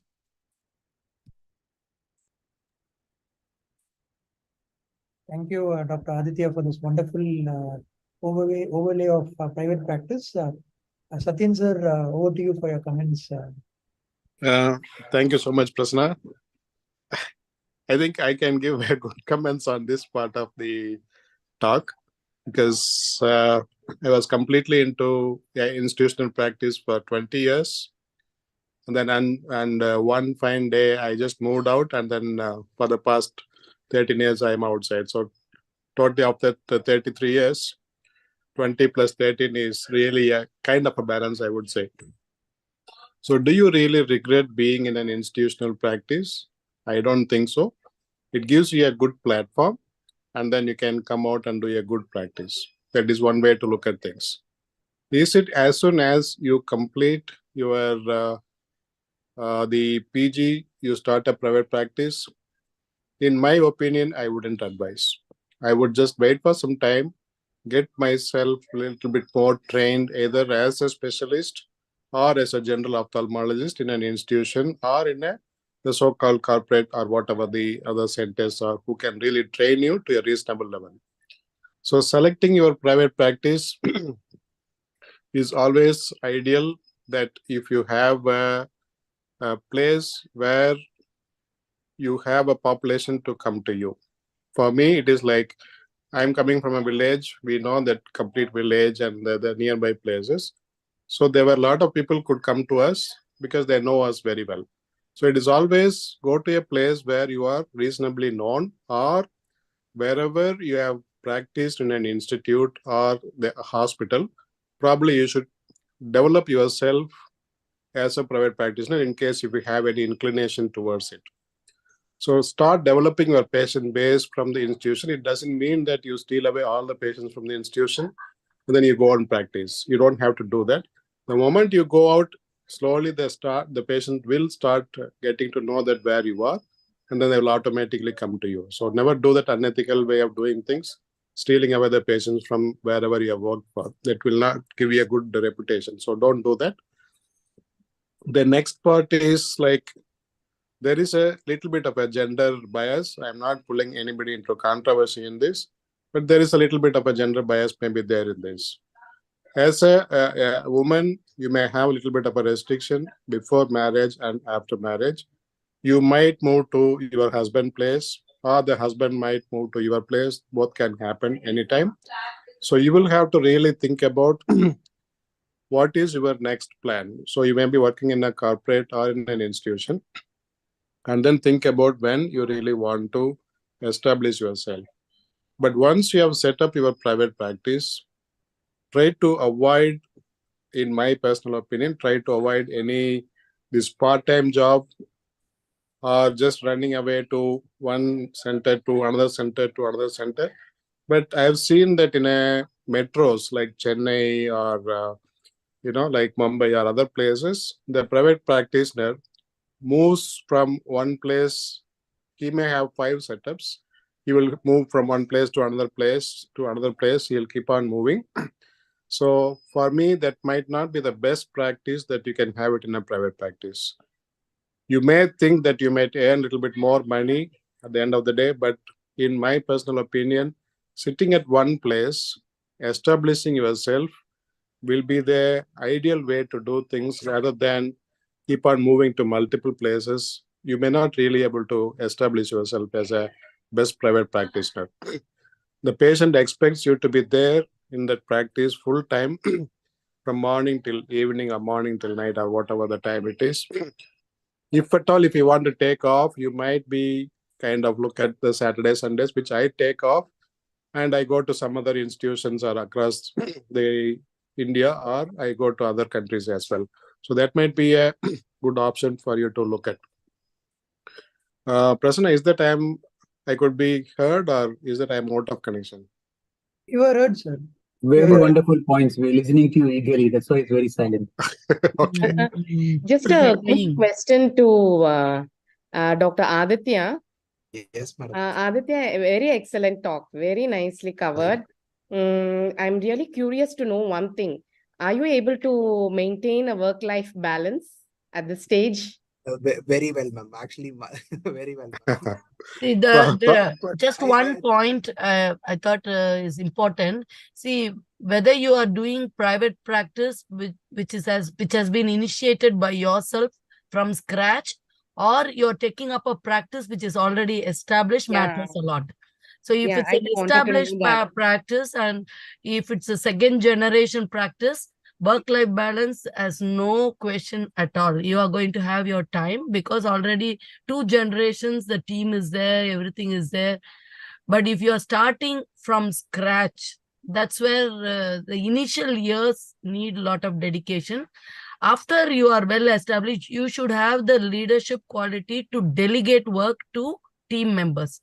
If you are going to stick on with doing everything yourself, you will patients will like it if you do everything yourself, if you are available full time 24/7, but then it is not going to work in the long run for us, because the balance is not just between work and family, it's also for health, holistic health, your physical, mental, emotional health, social health, spiritual health. All these are important, and if you have to do time for all that, you need to have a good team. So that's where you should work on. Teamwork should be your motive, and having a good team who can take care of every department separately, and even in your absence the practice can run beautifully. That's where your success lies, I feel. So I'll just finish few of my yes. other points, so that I'll so once you are really kind of into your private practice, and you really feel that one initial part is the fear of starting the private practice, whether the patients will come or not, that is one thing. The second thing is on your financials. All of us do have some financial constraints to begin with. So what I would rather advise is, don't try to go and buy everything as a new package. Buying an slit lamp, maybe you should buy a new slit lamp, but other equipments like maybe the phaco machine or the microscope or a few other equipments, you don't have to really go and buy everything new. So what other tip I had was some of the shops may be getting closed, or big corporate offices, they might close down the offices. So there is a lot of places where you can buy things. Sometimes it may be just a thrown away price, or sometimes they say, please come and take whatever you want in this. So for me, like 10 air conditioners, I bought it for like 50,000 rupees. So something like that. Initial purchase was like 1.5 lakhs for 10 air conditioners, tables, chairs. So that I want you to really think about, because I really, I cherish that. Even now, I feel those kind of things you should really look into, than just, no, I want to buy everything new. Of course, you can buy everything new if you have your money. But if you don't have, you can always look at all these very, very practical things. And again, like what Dr. Vanaja was saying, initially you might be the one who wants to see every patient to establish yourself, but over a period of time, you must make sure that you allocate to your colleague, so that your burden is being taken care by somebody else. Initial phase, you might enjoy all that. Everybody is coming and seeing me, but over a period of time, you might dislike that. So don't ever do that. It will be very, very stressful for you. And you are not allowing your colleague also to develop. If you really want to develop the entire thing as a kind of an institution, the institution develops only by making others also to grow with you. So that is one thing you must always remember. Otherwise, you will never grow. You will stop where you are. So don't ever do that. And I think probably in the discussion time, I can keep adding a few points, because once I open my mouth in private practice, it is a never-ending story. So I will just allow others also to add their points, because we can give you lots and lots of tons and tons of tips when you're starting your private practice. But it is nothing wrong. Don't ever think that you cannot do any academic work. You may be one of the excellent academician in a private practice than in an institution where you might have your restrictions. But in a private practice, I can assure you one thing: you can do excellent job in every part of your skill. You may be a good clinician, you can be a good surgeon, you can be a good academician, you can be a good social worker, you can be of anything if you want to be in a private practice. And you can be multifaceted for sure. Thank you, sir. For want of time, we'll move to the next speaker. I'll call Dr. Nishant sir to call the next speaker. Over to Nishant sir. Yeah. So I'd like to introduce Dr. Narayanan Balakrishnan. So he finished and he's working in SRMC Chennai. So I know him personally, also someone who actually involves in all the discussions and all conferences. So he finished his glaucoma in FICO and also FMRF from Shankar Nethralaya. And he's been invited in many places as speakers, and his 3D printing of glaucoma drainage devices for wet lab training program is also one of his main brainchild. So I invite you, Dr. Narayanan, to give your talk.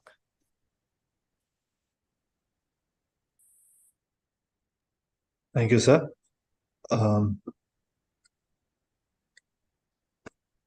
Can you see my screen, please? Yeah, it's visible. Okay. So at the outset, I'd like to thank the TNOA, your team, for giving me this opportunity. It's a little bit of a difficult task to follow all the wonderful speakers who've spoken in front of me. I'm going to be talking about choosing the right fellowship. I'd more like to talk about the thought process that goes into choosing a fellowship than actually doing the process. Are my slides moving? Yeah, Yeah, move it. okay. So I'd like to start with a story of a young resident who, after his MBBS, decided to go to the US to do his USMLE. And right after he realized that he's not going to make it into ophthalmology in the US and decided to come back, he goes and tells all his friends it was his patriotism which got him back to the country, but it was actually because he didn't make it to the residency. Came back here and decided to do ophthalmology, and in his second case had a nucleus drop and was majorly dejected and realized that he's not getting anywhere with this. But then the VR surgeon in his department helped pick up the nucleus, put the secondary IOL, the vision was restored, and for this guy, he was his hero. And for the rest of his PG, he continued following this retina person and decided that all he's going to do ever in his life is vitreoretinal surgery. But then, towards the end of his fellowship, a glaucoma consultant came in, and he had a holistic approach to glaucoma. The way he interacted with patients, and the holistic manner in which he fit in all the parts of the jigsaw, it really inspired this boy, and he went back to doing a glaucoma fellowship. It just so happened that a couple of years later, he diagnosed his own mother to have glaucoma, and his grandmother's glaucoma is also being managed by him, and that boy is unfortunately me. So in my process, it was more that destiny chose my fellowship rather than me putting in. But I'm sure there are other things that you can think about before you go into the fellowship. The first question is when to do a fellowship. Is it soon after PG or should you take a break? Soon after PG, there is always a zeal to study further. You have a solid crack at the exams and the interviews because you're fresh out of your post graduation. There is no break in your surgical training. But unfortunately, you don't have your extended holidays. If you want to get married, if you want to go on a honeymoon or plan a family, then getting into a fellowship immediately might be a little difficult. But the other side is if you can take a break, there is a chance, and your surgical training was not adequate in your post graduation, then there's a chance to improve on your surgical acumen. It also helps you to decide what you like and what you don't like as a fellowship. You can have a family and definitely earn some money because during your fellowship training, your stipend is going to be, pretty low. So the next important pertinent question is where do you do a fellowship, right? Premier eye institutes, like I did my glaucoma fellowship from Shankar Netralaya, and you learn from all the stalwarts. You learn from the best in the business. Maybe the vitreoretina department has almost 16 consultants. So you learn all their management protocols, all the skills that they want to put in about their particular specialty.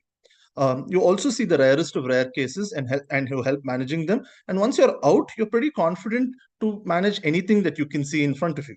And of course, there are clear protocols and academic and research opportunities, even teaching opportunities to train younger persons. And when you are out into an academic field, you will have a great time doing that.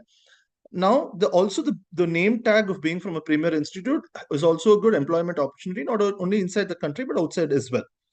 But this doing it in a smaller center also has its own advantages. You have more surgical chances. You're focused and you have learning and interaction with one particular mentor, and that could help in overcoming many of the fallacies that you may have. You can tether your learning to suit your needs. If you are maybe insufficient in one type of surgery or you're not able to get through one part, you might be able to focus on that. And definitely lesser number of duties like ward calls and pre-ops and so on and so forth within a smaller center. So when I was given the opportunity to talk about this, I remembered Dr. Milind Nayak's hilarious take on how to choose a fellowship. He said, if you don't like children, then pediatrics is not for you. If you want 6/6, then cataract and phaco-refractive is the ideal choice. Don't do glaucoma and so on and so forth. Many of his parts of his take are very, very funny, but they also have a little bit of insight. And some of the questions that have to be answered are based on this. So how do you decide on when to do a fellowship? First, you should know what you don't like. Prepare to make that choice. First, you should know what you don't like as a specialty, because 10 years down the line on an OP day when you're not really up to the mark or you don't feel like coming to work, you still want to have the passion to do your fellowship. Even on the downsides, you should see the upsides in your specialty. Talk to your seniors, your faculties about their experiences, your mentors, and how they went about their fellowship. Conferences, webinars, and even YouTube videos are of give you a great idea about the specialty that you're choosing. And observership and hanging out in clinics are probably the best things that you can do, because it gives you hands-on experience about the specialty. Now, the next important question is, where do you want to set up your practice? If your practice is going to be in a really small town, then doing something really niche, like maybe ocular oncology or aesthetic reconstruction, may not be the ideal thing. If you don't have access to an eye bank, then doing a cornea fellowship may not be the ideal thing. So where your practice is going to be set up is very important. And probably the most important thing is, what do you want from your practice? If it is money, then don't do glaucoma. I'm just kidding, but there are things about what primarily drives your interest. If you're into social service, then probably doing something like community ophthalmology will really make a difference. If you like to manage everything, you think that managing most things and the kick that you get out of doing all types of practices, then probably comprehensive ophthalmology is your calling.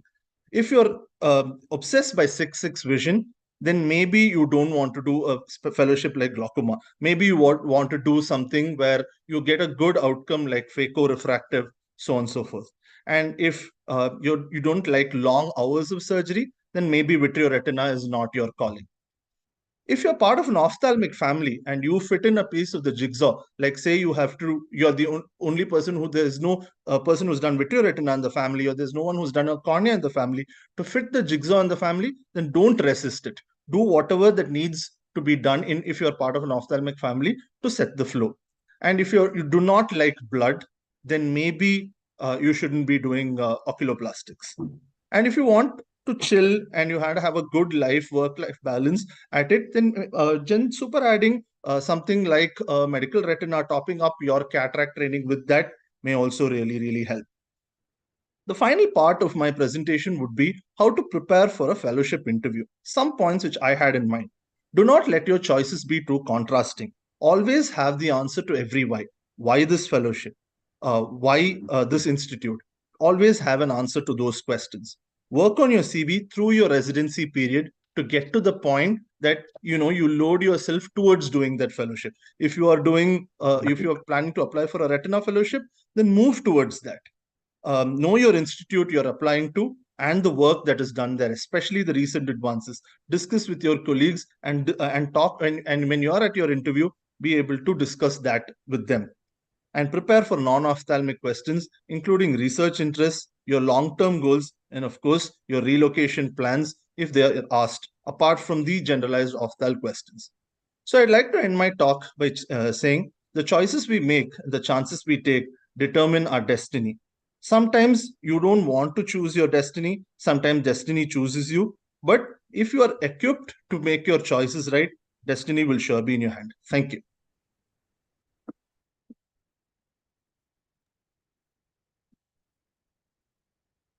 Thank you, Dr. Narayanan.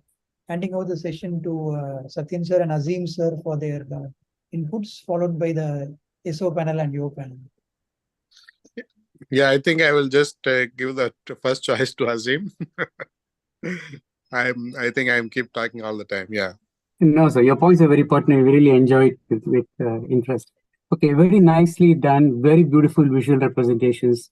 Your flow charts are so hilarious.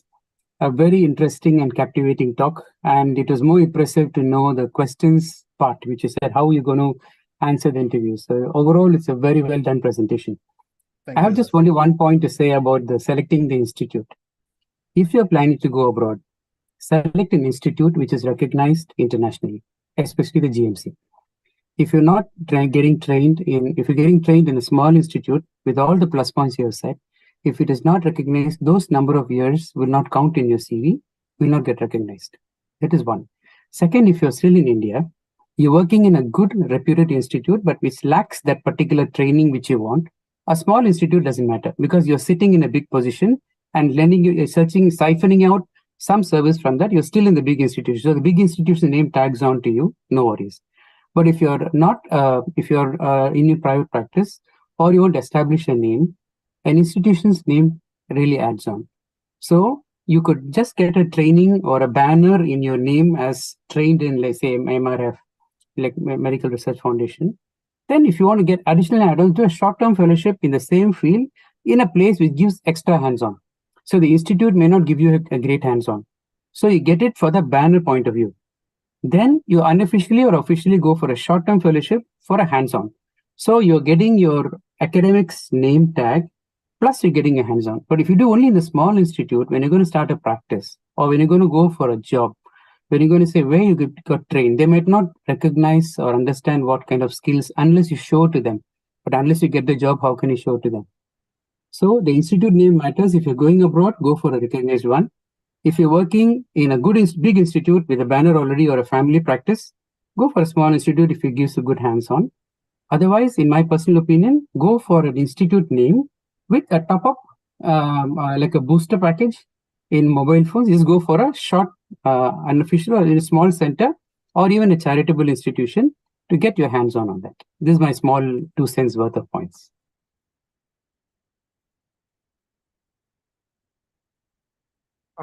Thank you so much, sir. I'd like to ask Dr. Upasana to share her points about choosing a subspecialty fellowship. She's currently doing her fellowship in audit and oculoplasty from LVP right now. Akshi. Oh, sorry. Good evening, everyone. Thank you. Thank you for this opportunity, and especially I'm happy to meet all the senior ophthalmologists here.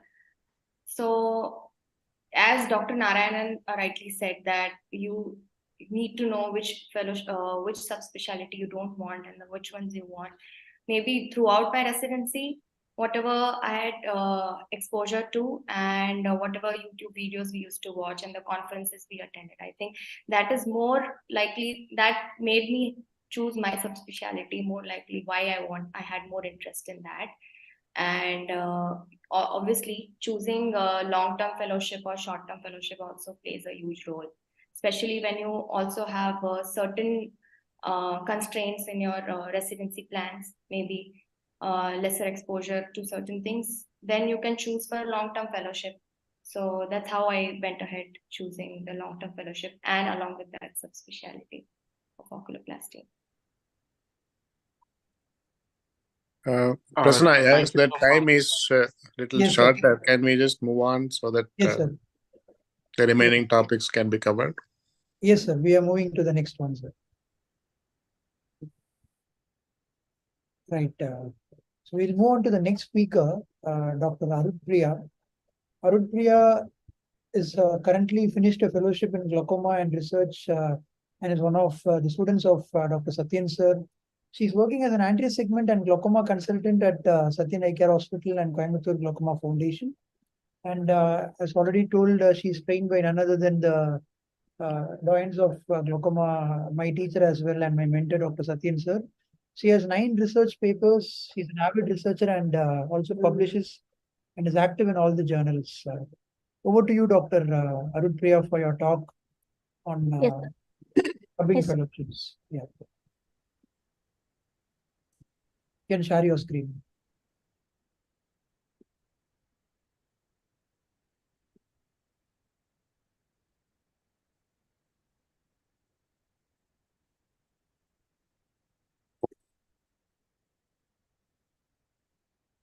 So, warm, pleasant good evening, everyone. My sincere thanks to TNOA and your association for giving me this opportunity. And special thanks to people from Chennai, because in spite of all these difficulties, they are able to make this webinar a successful one. So coming to my presentation, so this question, do we really need to do a fellowship training? So this will be running in every fellowship aspirants and person who has completed their MS or DNB course. So let me navigate the horizon through a Kuti story. So 2 years back, I was doing a 9 to 5 job. I was a medical officer in a tertiary center. where I used to see patients in the OPD, and weekly twice I'll go to theater, and I was paid enough. And whenever I see specialty cases, I used to refer, go to room number 28, go to room number 6. And this was happening for months together. But at some point of time, thought came in my mind, why I am referring the patient and why I am not a specialty patient, a specialty person. So that's where when I looked at my career, I was weakened in that and decided to strengthen it and move out of my comfort zone. And that's where I landed doing my fellowship program. So once this came, the next question was whether I have to do a long-term or a short-term fellowship program. So this presentation will help all the fellowship aspirants to gain beneficiaries and also the challenges we face in both the long-term and the short-term pillars. So when it comes to a long-term fellowship program, the duration usually ranges from 18 months to 36 months. Sir, am I audible? Yeah, Very much, very much. Yes, You're yes, listening yes. intensely. You're listening intensely, very much. So when it comes to long-term fellowship, the duration varies from 18 months to 36 months. It depends on each and every institute. So what it mainly concentrate are, there will be a holistic approach in a specific field. So you will be able to see the patient, that's clinically you can evaluate the patient, focus on the diagnosis and the investigations, make your medical treatment a very strong one, and refine your surgical training. So overall, there will be a comprehensive patient management. So to outline its benefits, as I already said, there will be a long-term clinical and a surgical exposure. So for example, when it comes to a clinical point, if you start an anti-glaucoma medication, for a medication, it will take minimum of 3 weeks to see its effect. So by the end of 3 weeks only, we'll able to know whether it has achieved its target IOP, whether it has any complications, or do we have to add any other medications to it. And also to understanding the disease pattern also, we need minimum 1 to 3 months. So now you decide whether the short term will be helpful. So for this, definitely a long-term training program will be beneficial. And in when it comes to a surgical point, yes, various institutes have a 1 month SACS course, FECO course, and DCR and many other course. But this 1 month is just you will understand the techniques, basic techniques. But when it comes to tackling the complications, managing it without anyone's help, whether short term will be helpful, definitely not. So long term will be beneficial in the surgical point also. So this will indirectly strengthen the patient-doctor relationship, because patient will gain confidence in you. So that's where the long-term fellowship program will be helpful. Then when it comes to investigation part, yes, anybody can write the investigation. But my question is, are we doing right investigation to the right patient? For example, not specific on anyone, even myself, for a papilledema cases, we used to write HFA. Yes, there will be an enlarged blind spot. This will be answered even by the MBBS candidate. But what we have to look into that papilledema, whether it's a papilledema or a pseudo papilledema, what is the level of the thickness at micron level, whether there is a progression or whether there is a regression. So for this, we need to do an OCT. So this point of investigations, what we need for the patient, that will be learned only when you are exposed to a particular field for a longer time.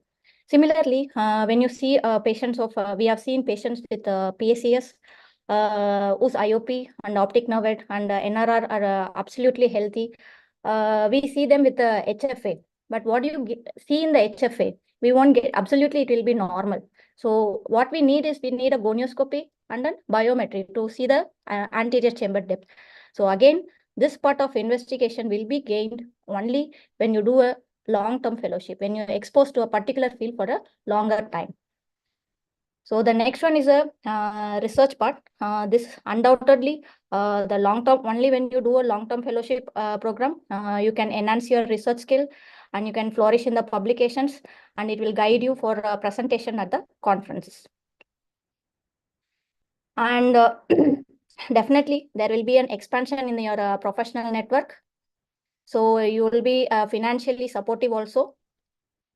And at the end of the program, personally, I'm telling, there will be a gain in your self-confidence. So you will have a leadership quality. You will help to motivate others in doing the same. And there is nothing like I cannot do this. So you can become a good clinician or a good surgeon at the end of your long-term fellowship. So overall, the long-term fellowship is a fruitful one. But still, there are some challenges because you need a long-term commitment, and there will be so much of stress because you need to spend so much of time in the hospitals, camps, surgeries, your presentations, your publications. So this will definitely affect your family time. So this is a small gist on my experience during a fellowship. So I was clinically strong, and Sir has refined me surgically very well. And when it comes to investigation part, I was able to interrupt and also able to do the investigation by myself by understanding the machine. So when my staffs come for an help, I could go and help them. So that was the main advantage of doing the investigation by yourself. And other than that, I could go to the pharmacy and help others because the theory papers, theory books, you will learn all the complication. Yes, PGs causing periorbital fat loss, pigmentations. But when you start explaining to each and every patient that this drug will cause a pigmentation, so stop wiping your drops. Instead, just take a tissue paper and just take a small touch and throw the tissue paper. So these small tips will help the patient to gain confidence in your practice. Because I have heard many patients like, oh, I'm using these drops for many years, but no one has given this tips. So this all I learned from Dr. Satyan sir. So other than that, the main thing was I could able to publish nearly 9 papers in the past 1.5 years. So coming to short-term fellowship, this period usually ranges between 1 month to 3 to 6 months and depends upon the different institutes. And it mainly concentrates on clinical evaluation, diagnosis, and investigative procedure, but for a limited period only. So you will have a quick exposure on everything. That is there will be a targeted skill enhancement, and it will be especially helpful when a doctor cannot pursue a long-term fellowship, or when they want to top up their knowledge on each department. They can surely go for the short-term fellowship. Again, when it comes to the challenges, definitely you will have a lack of practice in your clinical procedures, because each and every procedure is an art. It's not a one-time practice. You need to practice continuously. And there will be limited time for your research, and you will lack your comprehensive patient management. And of course, you will not be paid for any short-term fellowship programs. So my suggestion, whether it's a short-term or a long-term fellowship program, one-to-one training will be more beneficial, because mentor can concentrate on one fellow at a time. So he can improve him clinically, surgically, and also will be supportive overall. So to conclude my talk, whether it's a long-term or a short-term fellowship program, both will enlighten your knowledge. But when it comes to short-term, it will be there only for a shorter period of time, like a mastic. Whereas when it comes to a longer time, when it comes to long-term, you will have the enlightenment for a very longer period. So encourage the prospective fellows to choose their fellowship duration based on their career goal, research interest, and their personal preferences. Again, whether it's a short-term or a long-term practice, you need to practice whatever you learned. So the practice makes the man perfect, and that practice also, there should be some consistency. That's where makes him a successful one. So once again, I extend my thanks to Dr. Satyan sir and Dr. Prasanna sir for giving me this opportunity. Thank you all. Thank you, Dr. Arut Priya. more than the presentation, it was a very innovative medium of depicting it. I think you can add a few words, whether it was OBS or what did you use. And even the previous speaker who used a lot of JPEGs, Dr. Narayanan, I really feel we had innovative capsules. It took me to an innovative way of representation. Did you use OBS? What did you use? Sir, I did with the Keynote, sir. Keynote, okay. Maybe some other time we'll use your wisdom for that also. Yeah. Thank you. It's all I get tips from Dr. Satyan, sir. Yeah, I know that. I'm consciously underplaying. You are doing the one. Yeah, thank you, It doctor. will get a similar effect if you record on Zoom and play it. The same thing will come. The speaker will come on top, but it will be a recording which you'll be playing. But the same effect will come. You'll get a speaker in the right corner. You have a wall This which she is was actually live, sir. This was Yeah, live. this was live. This was live. This was live. That's why I was waiting to see if she answers. So she answered, so it's live. So if you Well do done. It Keynote, is you very can nice. get like this, Atul. Yes. Okay, sir. Thank you. Very Maybe nice we had to presentation. listen from you, a talk from you, sir.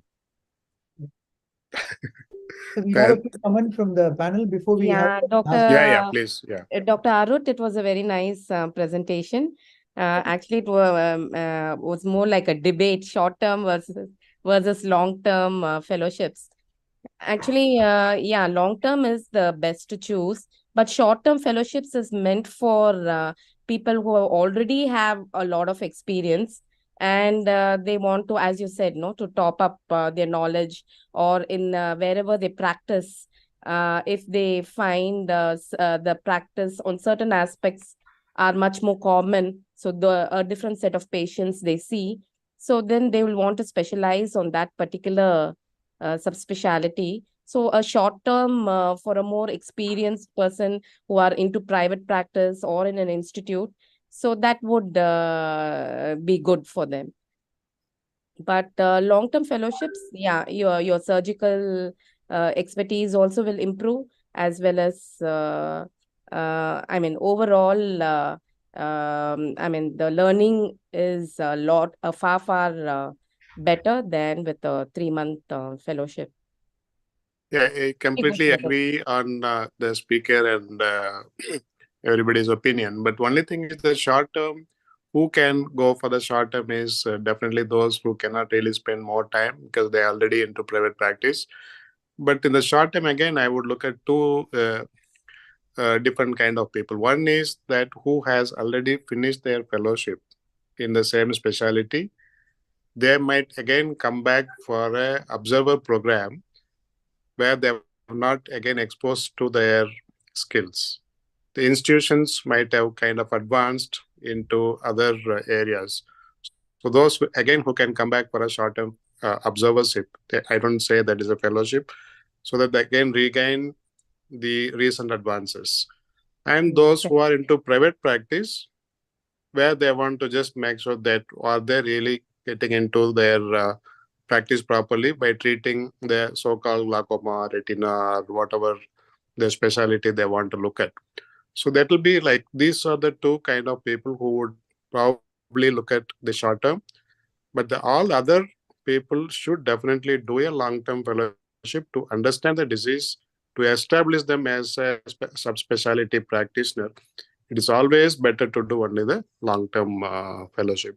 But try to invest your time. Don't try to jump into, I know glaucoma, I know retina. Those kind of things may not be really value you over a period of time. I always feel spend your valuable time. Time is your investment. Never feel shy or never feel bad about spending 2 years or 3 years as a fellowship. As an young ophthalmologist, when you come out, don't try to just come in and then say that I'm going to earn tomorrow. Don't do that. Your earnings will definitely come as long as you spend your time. Time is your investment. Remember this point. Yes, I fully agree, sir.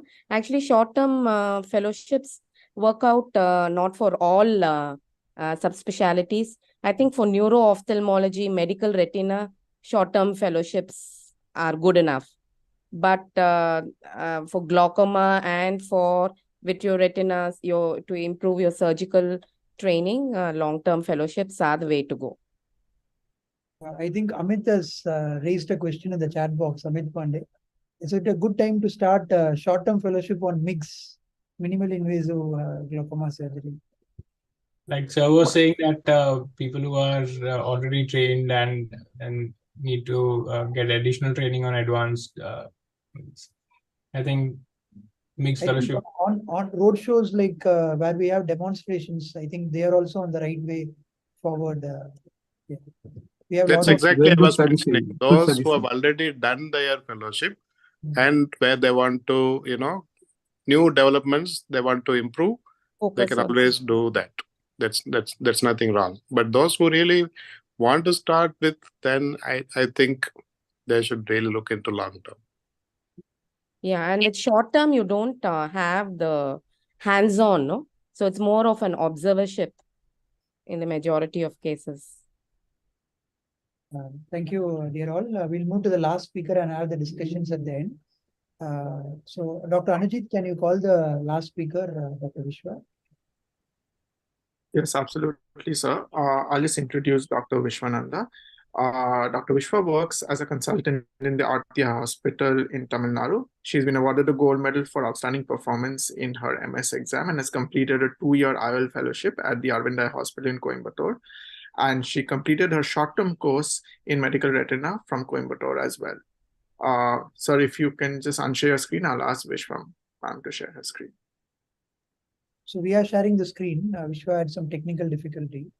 Yeah. Over to you, Dr. Vishwa. You have to unmute yourself. Am I audible? Yeah, perfect. Good evening, everyone. Thanks TNOA and YO panel for this opportunity.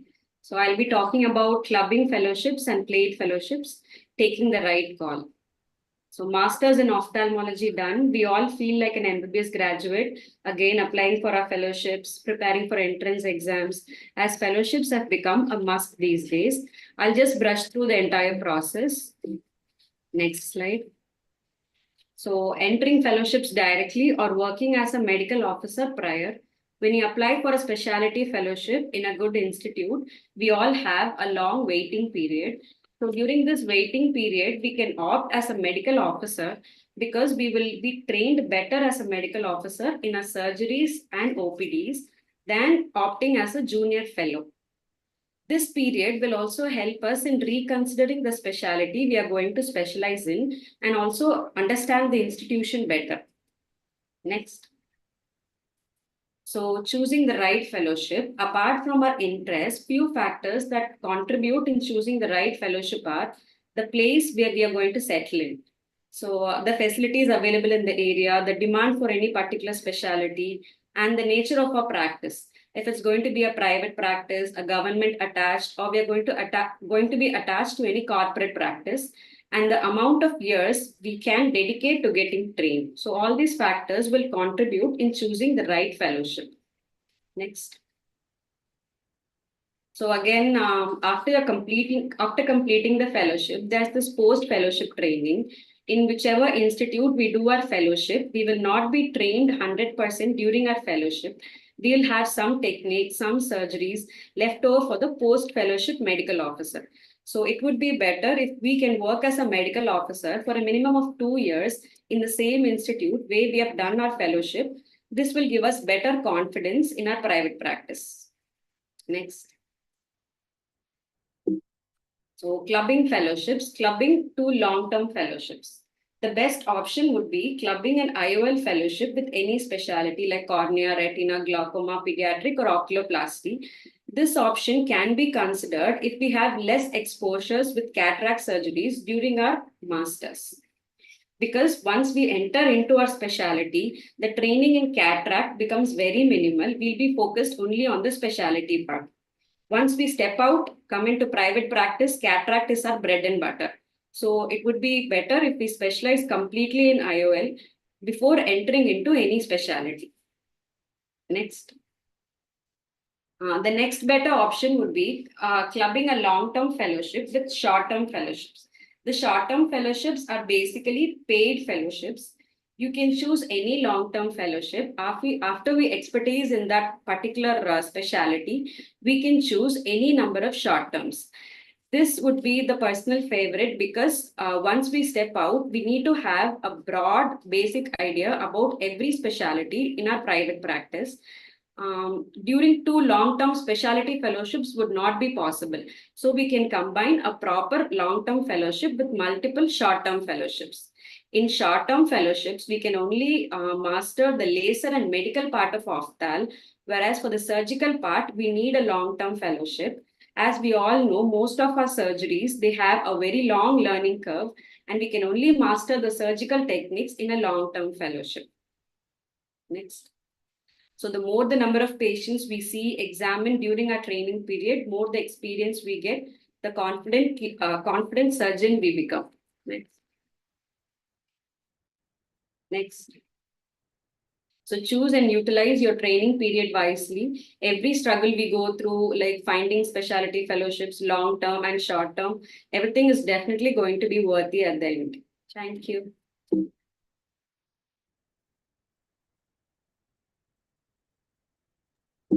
Next. So mine is a very short talk. Most of my topics has already been covered by the previous speakers. Thank you.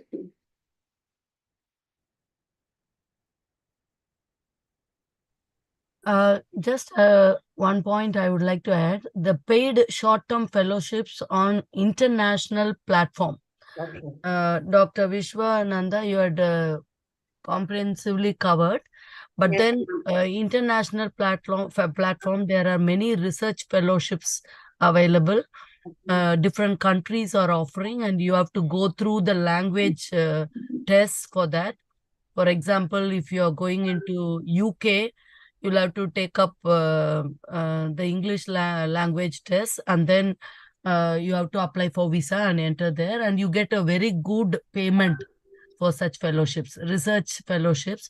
You may not have a lot of surgical chances, but then you will have an overall overview of what is happening abroad, the recent advances, the updates you can get. So that's short-term paid fellowships. So international platforms, we have Dr. such yeah, fellowships actually, available. what we understand from paid fellowships is the person pays the money to undergo the fellowship. So it's that is what is meant by paid fellowships. Like if you go for phaco training for 2 weeks, that you pay money and undergo the training. Yes. That is what is meant by paid fellowships. So it can be training. It can be 2 ways.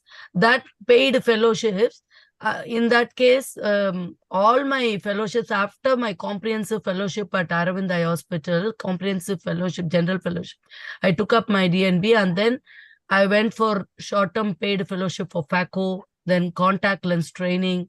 Then I went for observership in eye bank. I started my eye bank. Then I went for lamellar fellowship at Shankara Netralia. Then my DMEC with Dr. Rajesh Fogla. So short-term fellowships, after you have a comprehensive good fellowship, you can learn from stalwarts just by observership, because you have a flow. But you have to pay from your pocket. That's the main thing. Yes, paid fellowship. You won't get a because stipend. you have your practice already. You have a flow of patients who need the services, and then you learn the techniques by short-term fellowship by paying. You will get repaid in no time. Yeah. So The Ratan Tata Phaco Fellowship at Shankar Netralia, that was the only fellowship which was where you get a stipend every month. But now I don't know how things are. It's so it used to be international platform from say you can have some fellowships where you get paid. Research fellowships are available in many countries. England, yes. US. That 1 year, but they are all 1 year, not short 1 year. term. Yes. The short term is usually observership. There are ICO fellowships, 3-month fellowships, where again you get paid. But then they are just observerships. You don't get any hands-on training. With kind permission of Dr. Satyan, if I can add a few words about international fellowships. Yeah, please, Azim, it would be really nice if you can If you're add that. applying, there are a few things to look for, ask for when you're applying for international fellowships. First of all, when you're applying, decide on which college you'd like to do and what fellowship you'd like to do. Write to them and ask them about the eligibility. And first find out if your basic training, which is MBBS, and your further training is recognized by that institute or the governing medical body. Like in GMC, they've got a list of medical colleges they recognize. If your basic MBBS is not recognized, then that could be having an issue there. Second is your training, whichever is, that's why I meant go for a big institute for training if you want to go overseas, because that should be a recognized institute like Aravind, number one. Then you may have basic minimal entry requirements like how Dr. Manager said, IELTS, or some could have an entrance exam. You might have to compete with the local candidates and show you're really good for them to accept you, because most of them are very competitive. Then you have to ask them, is it a paid, which means do they pay you or do you have to pay them? Is it sponsored if you have a dual sponsorship? Or is there any other income options, which means that will allow you to do temporary locum weekend? So when you're staying abroad, you have expenses to make. If the hospital is flexible enough and they accept your training, they will allow you to do some locum cover or any other sponsorship or any other way you can compensate for money to reduce your expenses. Then you ask them about accommodation. It's very important because sometimes it can be very costly. Does the institute have an accommodation? Either it is given or given at subsidy. That will be the best because you can go to your library, come back late, you can do your training, everything is comfortable. If you have to go for accommodation, you ask them, do they have any sister partnership with other housing areas which they can give you a safe, nearby, and a subsidized kind of accommodation. So that's very important. Ask them about food, especially if you're vegetarian or Jain food or preferences. Then you ask them, is the food, is there a canteen? What kind of food is being served? How are the charges? Do they get a subsidy for student? All this will help you to plan your financial budget you have to keep. How long is a certain? And most important, ask them, is it how much is hands-on and how much is observership? They might not allow you to do hands-on for all the parts in that fellowship. They might keep one portion as hands-on, maybe investigative part, but the surgical part, they might put you as observer. So make it very clear, ask them which portion of your fellowship is going to be hands-on, which portion of it will be observership. That's very important when you come out of your scholarship. And then is that training you take there internationally recognized, which means if you want to move to another country, will that training you took in this country be validated in the other country, which means that it'll add on to further points, credit points, and easier for you to get absorbed into the system. But if they don't recognize that training in this X country you're trying first, if you have a plan to go to country Y, you have to make sure the country Y recognizes the institute's training, especially for certain European countries, this point should apply. Okay. And then also ask them, it's a small point, but an important point about visa, sponsorship, and who will take care of it. The institute might give a letter saying, yes, you applied, and they will sponsor you for that particular period. Then the visa becomes easy. Otherwise, if you have to apply visa yourself, especially for certain particular countries, they might be very strict and stringent in issuing the visa. So you might get your seat allocated. You might have to even pay some money initially, but if your visa doesn't come, you're stuck. So these are some practical points which will be helpful if you earmark on trying to go overseas. And that's why I had mentioned every part of training you do, please make sure it is internationally recognized. So the official banner should be a recognized institute. The extra hands-on training you want to top up your skills can be from any institute, even if it's not recognized, no worries, as long as it improves your surgical skill. So I just want to thank you, Dr. Satyan, for permitting me to add on these points. Yeah, sure. A lot of valid points, Dr. Azim. It's really very helpful for people who are really watching this program, especially the younger ones. So the only thing is I feel very bad or unfortunate that all the people, whoever is getting their training done now as a PG, they have to do their some kind of fellowship to become better ophthalmologist. That is a very sad story to see. We were all tired by the end of our DO or DNB program. We had enough of surgical skills or the clinical skills to say. But that is one period. But I hope that will again come back to our younger ones sooner than later, so that these children also can come up in their life much easily, like what we were all got our training programs. I wish all the institutes start training their PGs in every specialty, so that they also become much better. They don't have to really do every kind of fellowship. So that will be my wish to see sooner. Thank you. Good evening, sir. This is Dr. Devalina. Very nice presentation. With your permission, can I add some words? Yeah, please, doctor. Please. I'm doing my long-term fellowship in vitreoretina. I believe at this date, it is along with this long-term fellowship, everyone, if they are not doing a long-term IOL fellowship, they should also do a phaco training. Because as they all say, wherever you go, whether it's a private practice or whether it's a corporate, you should know your IOL surgeries very well. And most of the PG institutes, they do not train you well in phaco. It's mostly SICS. So I think short-term phaco fellowship is also added along with whatever long-term fellowship is opted for. That is very true, doctor. That is what I'm saying. Very unfortunate that when you are in your PG program, you are unable to get your PACOs or what is the current trend. When you are not getting it, then it is a really a sad story. But I hope soon every institution who trains their PG should be able to train everybody in at least reasonable number of surgical skills, so that not everybody has to go through that the training programs. Just to add, if not during the postgraduate, I think at least during the fellowship, after Dr. Debolina had said, during the fellowship, even though they are getting trained in surgical retina or glaucoma, I feel phaco can be given. It's come like you are an orbit fellow, so no phacos, or you are a surgical retina fellow, no phacos. I think you can't go up and start a private practitioner by saying that I'm just a surgical retina person.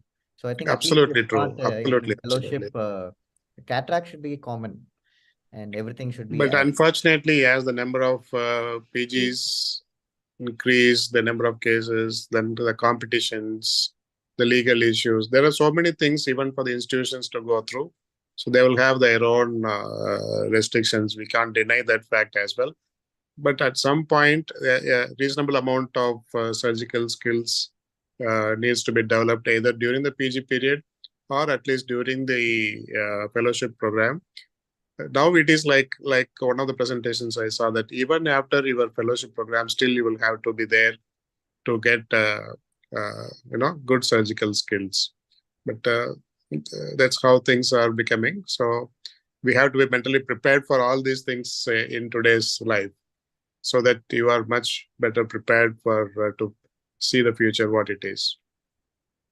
So from what I have heard, I think except for the vitreoretina fellowship, most other fellowships also give hands-on, training in cataract surgery, phacos and SICS. It all depends upon how many number of candidates are there in each institution at that given point in time.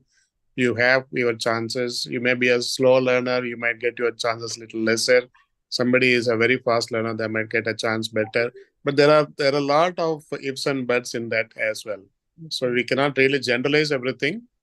But as long as you have a right attitude in your fellowship program, usually the teachers will be able to give you a reasonable number of surgical skills or your trainings. So you have to have your attitude. It is not that you just come and you don't have any attitude and you want to get automatically everything should be loaded in your brain. That doesn't happen during your fellowship program. And it's not only about surgeries. That is something which I would like to tell every skill. residents. Every skill. It's not just about surgeries. It's the holistic learning, how to examine a patient, how to diagnose correctly. So some residents, they're all very focused on only improving their surgical skills, not diagnosing. That's quite a sad thing. But as far as, things have changed over the years. In many of the hospitals, residents are having a phaco training by the third year, at least close to 40 to 50 phacos they are able to do. I think in most institutions, phaco training is part of the PG training. I think those numbers are very optimistic. It's much less than that who can actually constantly do phaco. And I would also like to carry that on. After finishing fellowship, I strongly advise you to do a few cataract surgeries, at least in a year, 3 or 4, so that you're in touch. Because as an ophthalmologist, if you cannot do a cataract surgery, your options are very, very narrow. You can only work in certain hospitals. So just keep in touch. It's like riding a bicycle. You'll not lose the skill, but you should be able to do it. But again, it depends upon the person's perspective.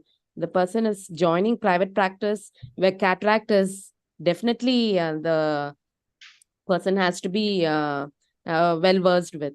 But then if you're only focused on vitreoretina in an institutional practice, so you can choose not to do phacos also. So yes, but if the need arises, you should be able to. You should have the skill. Yes, ideally. You have to do it as ophthalmologist. So you'll have combined cases as well, and you and some of the best cataract surgeons are vitreoretinal surgeons. You see, Amar Agarwal, all innovators, Mohan Rajan, all the innovative people who have come up with new techniques are the people who do vitreoretinal, because they know if the nucleus goes down, they can take it out. The pure cataract surgeon is apprehensive to risk beyond a particular point because he knows he has to refer the patient out.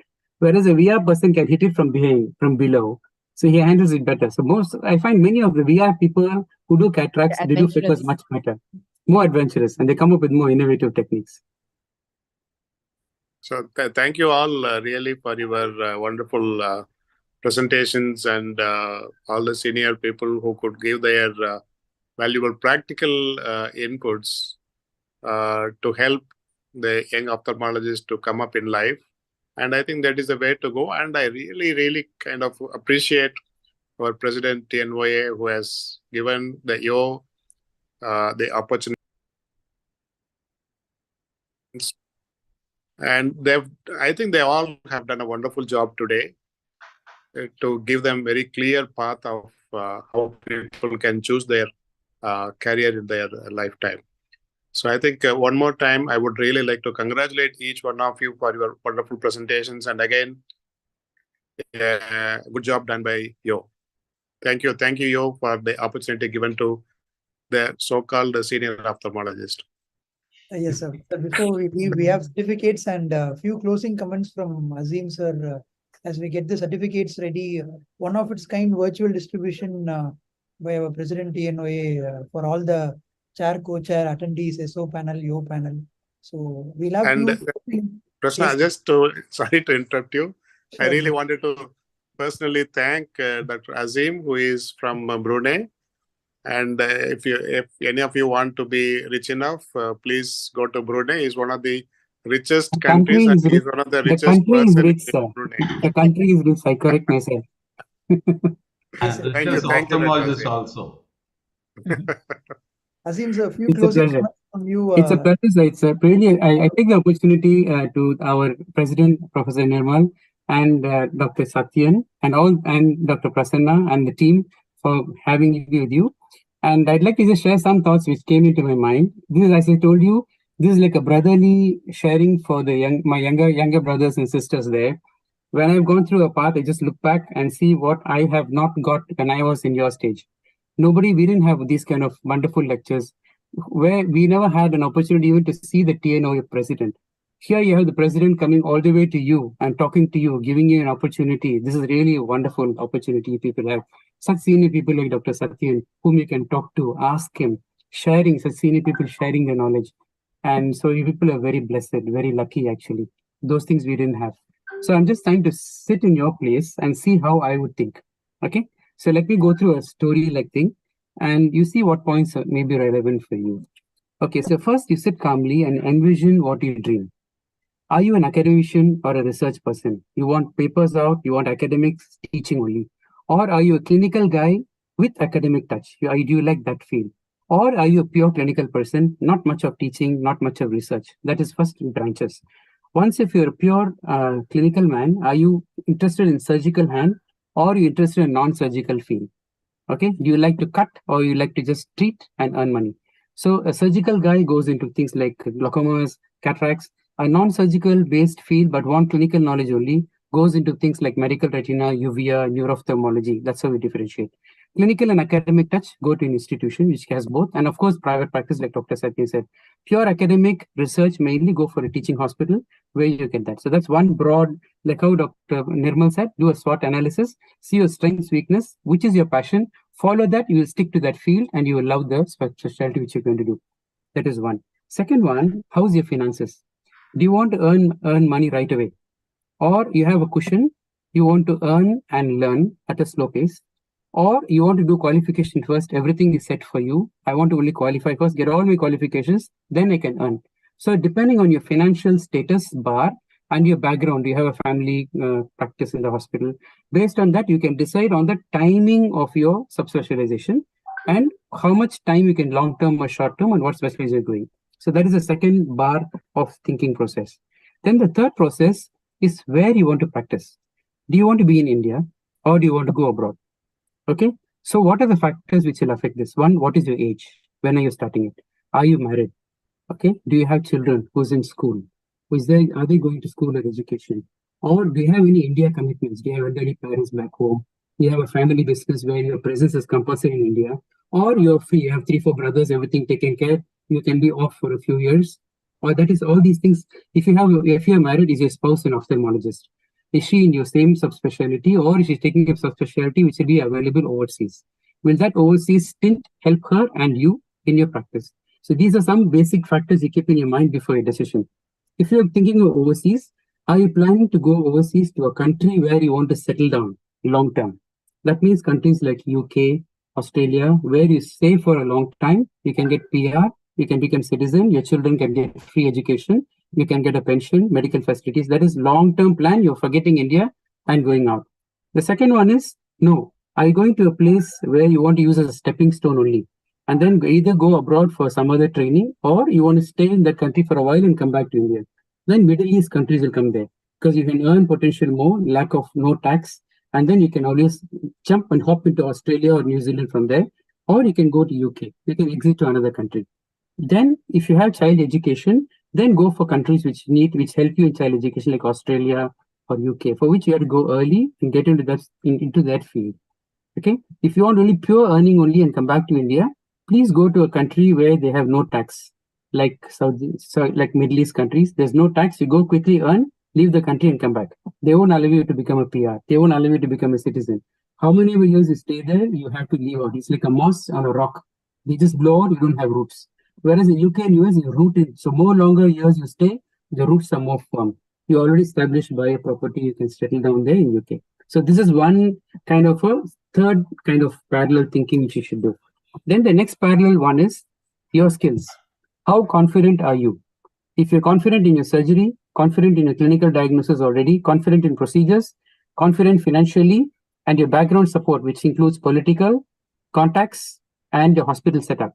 If you have all these, then you can go for private setup, or you can go for a hospital practice, or you can take a stint abroad and come back because you're already there, all set to start. But if any of these are lacking, either you go for a fellowship, or you can, which is a short or a long term, or you can go for a charitable trust hospital. Try to, suppose cataract, you just try to improve your skills, but you already have the money and financial backup. Go and start your practice later based on this charitable exposure. So the pay is less, which is not a botheration for you because of your backup, but you gain experience. Or if you're really confident everything is set up for you, just start your solo practice, like how one of the speakers, he really spoke well, Aditya spoke very well. You can start your private practice. Or other option which you can think of, joint or conglomerate practice, which is not a corporate practice, but you have one person who's trained for good in cataract, one person good in glaucoma, one person in VR.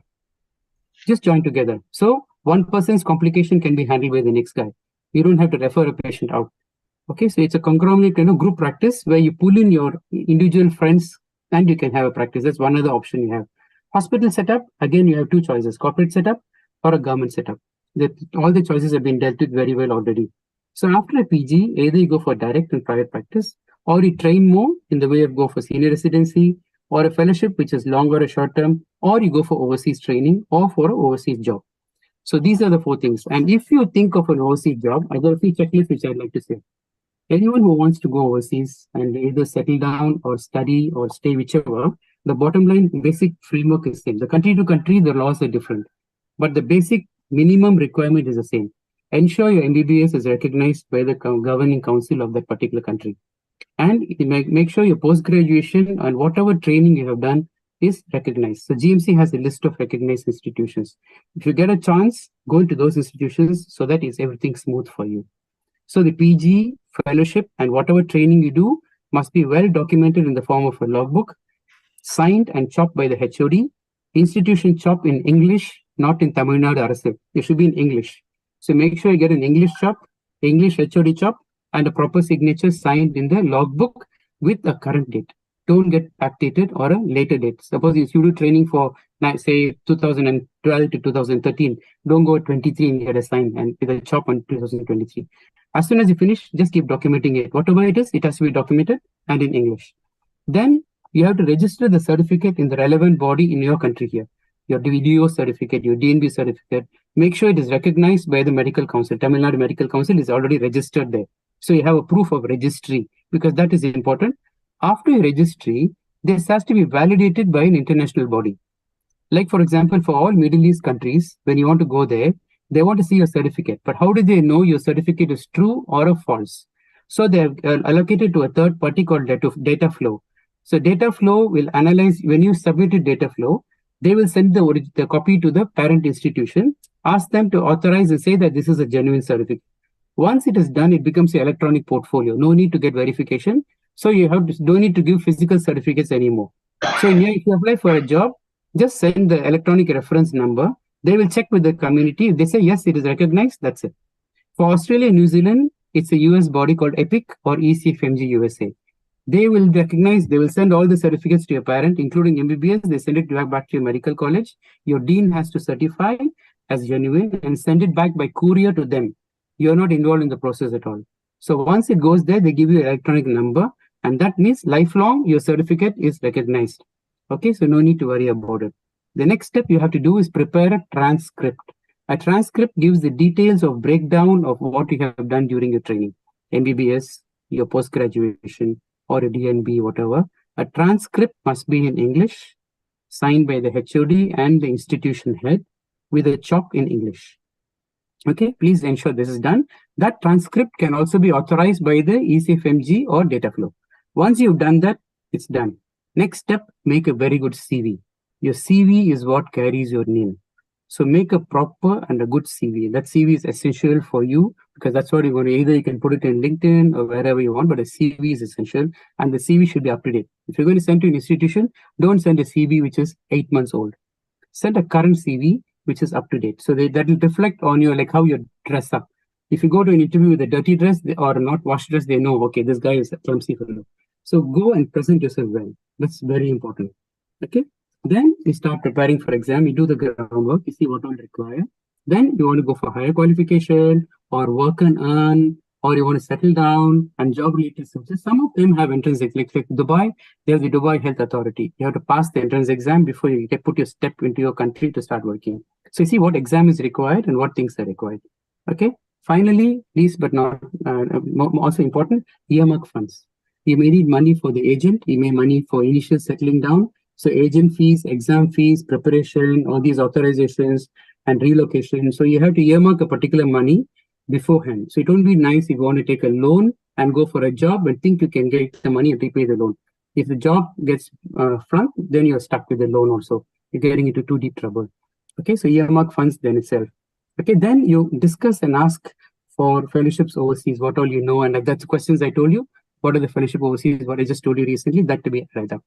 And finally, what you should do is whatever job you're taking, whatever task you're doing, whatever fellowship you're doing, whatever PG you're doing, as it was rightly pointed out, have values, ethical values, patient focus, patient care. Their blessings go a long way in your prosperity. So be sincere to the patients and be kind and empathetic to them. And be sincere and hard work. Make sure you do maximum hard work during your fellowship. There's nothing else to do in your world. Just keep doing hard work. That will definitely pay a lot of viewers. Be dedicated from day one. Don't think that you can just settle down and then start studying for the last few months in the fellowship, especially if it's long term, or even in PG, for example. And never hesitate to learn from anyone, especially surgery. In fact, when you're doing certain surgical tips, your assistant or the nurse may tell you, hey, doctor, you do like this, you hold like this will come out. Because she has seen so many surgeons. Never hesitate to learn from anyone. Your nurses could be the best people sometimes to give you tips which you might help you to refine your skills, because they have seen senior surgeons how they do and they see you, so they observe much better. So never hesitate to learn from anyone. Never have your ego. Just take out the coat of ego and always learn from that. It makes a very good thing. and learn from others' mistakes. Watch others, watch videos, watch presentations, see how others make this. Now it's become, in fact, it's a very welcome trend that people in conferences, they say, I went wrong, like court martial, these kind of presentations, I went wrong and this is how I handled it. What do you people think? So it's like becoming an open way to share. It was not there during our times. They used to be closed. But now is the time where everyone is open. They can share their views, learn from others. Don't have the ambition to learn from your own mistakes. You won't have the time. Learn from others' mistakes, watch, observe, learn. Now with TNO president, he's got such an excellent platform for you. Like brothers, we are there for you. Though we might have not gone, our situations have been much, much different than what it is now. So though we might not be able to tell you the current, because prospects, what is current today may be outdated tomorrow. That's how the things keep changing. But we are there to give you the general principles and certain things which helped us to come up in life. We're happy to share it with you.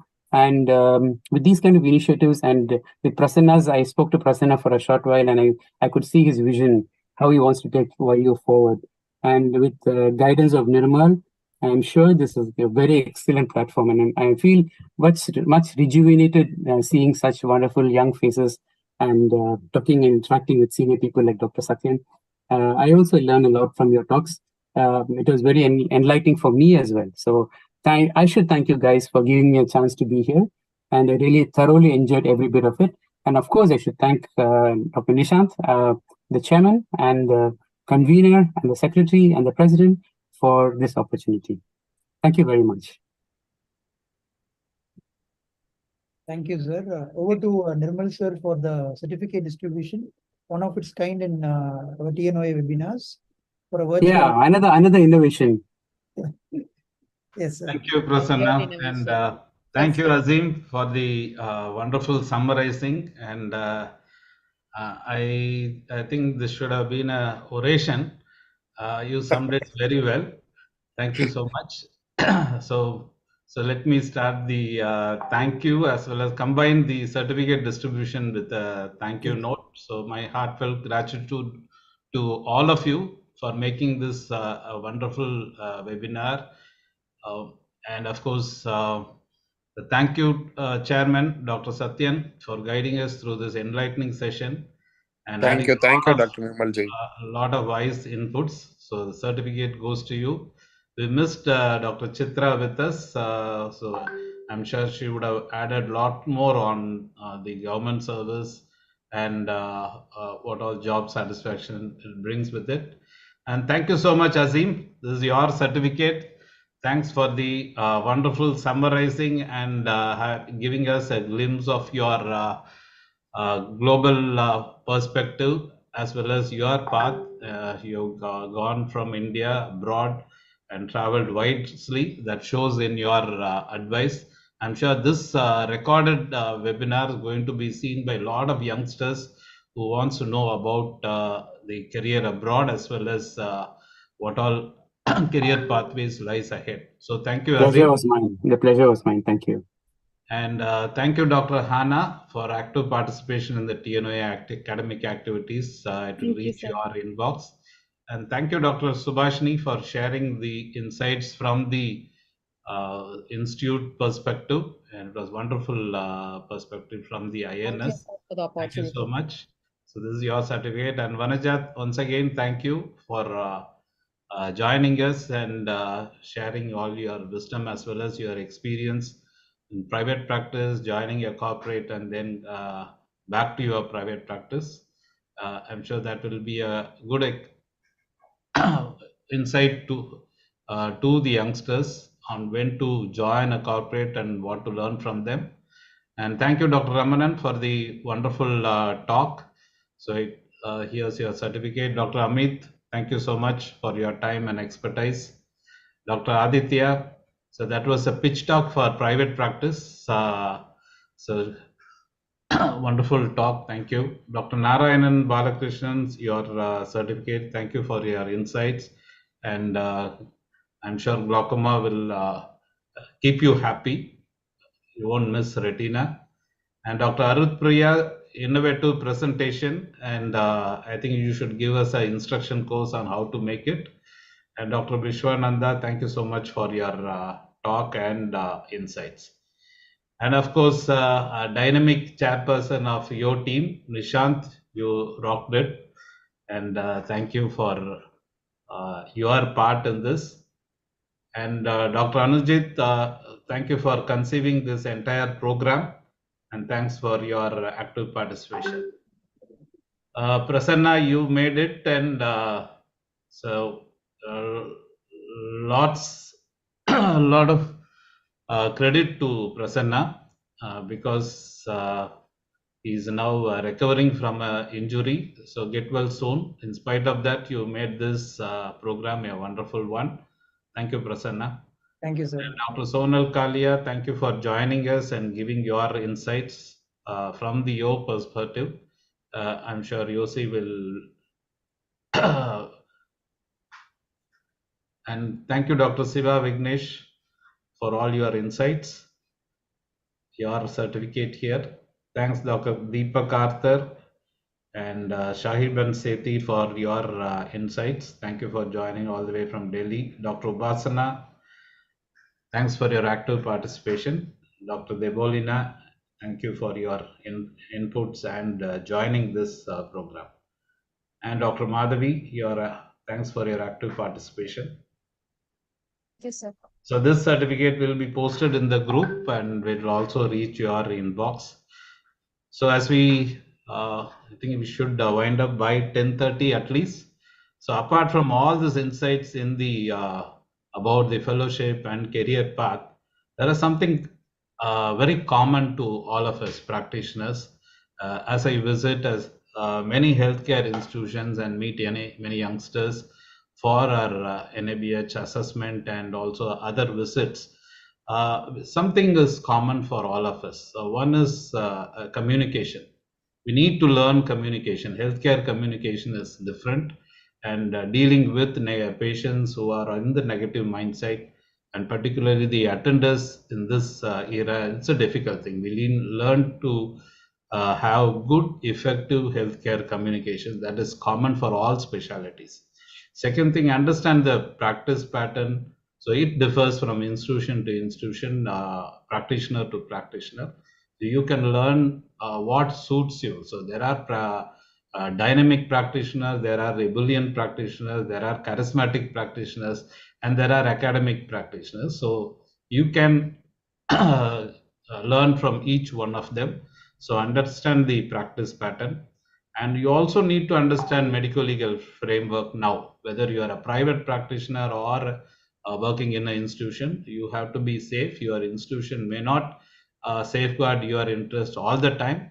So please understand the medical legal framework, because now we see a lot of notices and summons for the youngsters, particularly from the advocates are really active now.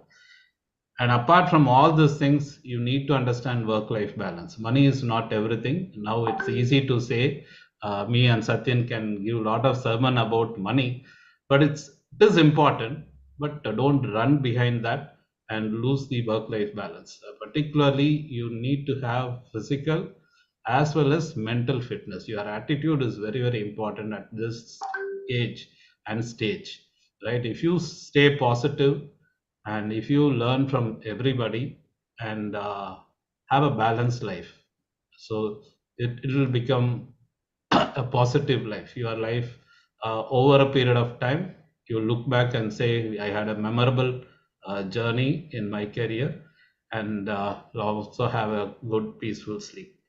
So with that, thanks a lot all of you for joining us today evening. I'm sure this webinar will help many aspiring ophthalmologists as well as other medicos while selecting ophthalmology as a career, and also those who have already selected ophthalmology. I'm sure this will give a lot of insight. So thank you all so much. Once again, thank you your team for doing yet another wonderful program. Thank you, sir. Well said, Dr. Nimalji. Thank two you so more, much, Dr. Well said, well said. Thank you so much. And all of you spoke excellently well. We really enjoyed the talk, and thank you, Dr. Satyan and Dr. Nirmal. And Sorry for of course, interruption, sir. Just two more people, sir. One, our designer, actually, our flyers are designed by Mr. Bala. I'd like to acknowledge him, though the idea is ours, but he always comes up with something unique. Correct. And also Numerotech team, they are also helping us with the links. They give the keys and we are doing it by ourselves, but still those two people, just want to thank them. So thank you, sir. Thank you all. Thank you all. Thank you, everyone. Thank you, everyone. Good night. Thank you all. Thank you all. Good night. Good night. Good night. Bye. It's 1 o'clock for me here. Good night. Okay. Good morning, Azim. Good morning. Sir, we are Across still live, midnight sir. already. We are still live. We haven't yet closed it. Oh, sir. is it? Okay. Yeah. Take care. Good night. Bye. Good We are night. just Bye. going to close it now. Bye, sir. Bye, sir. Bye. Bye. Close. Call.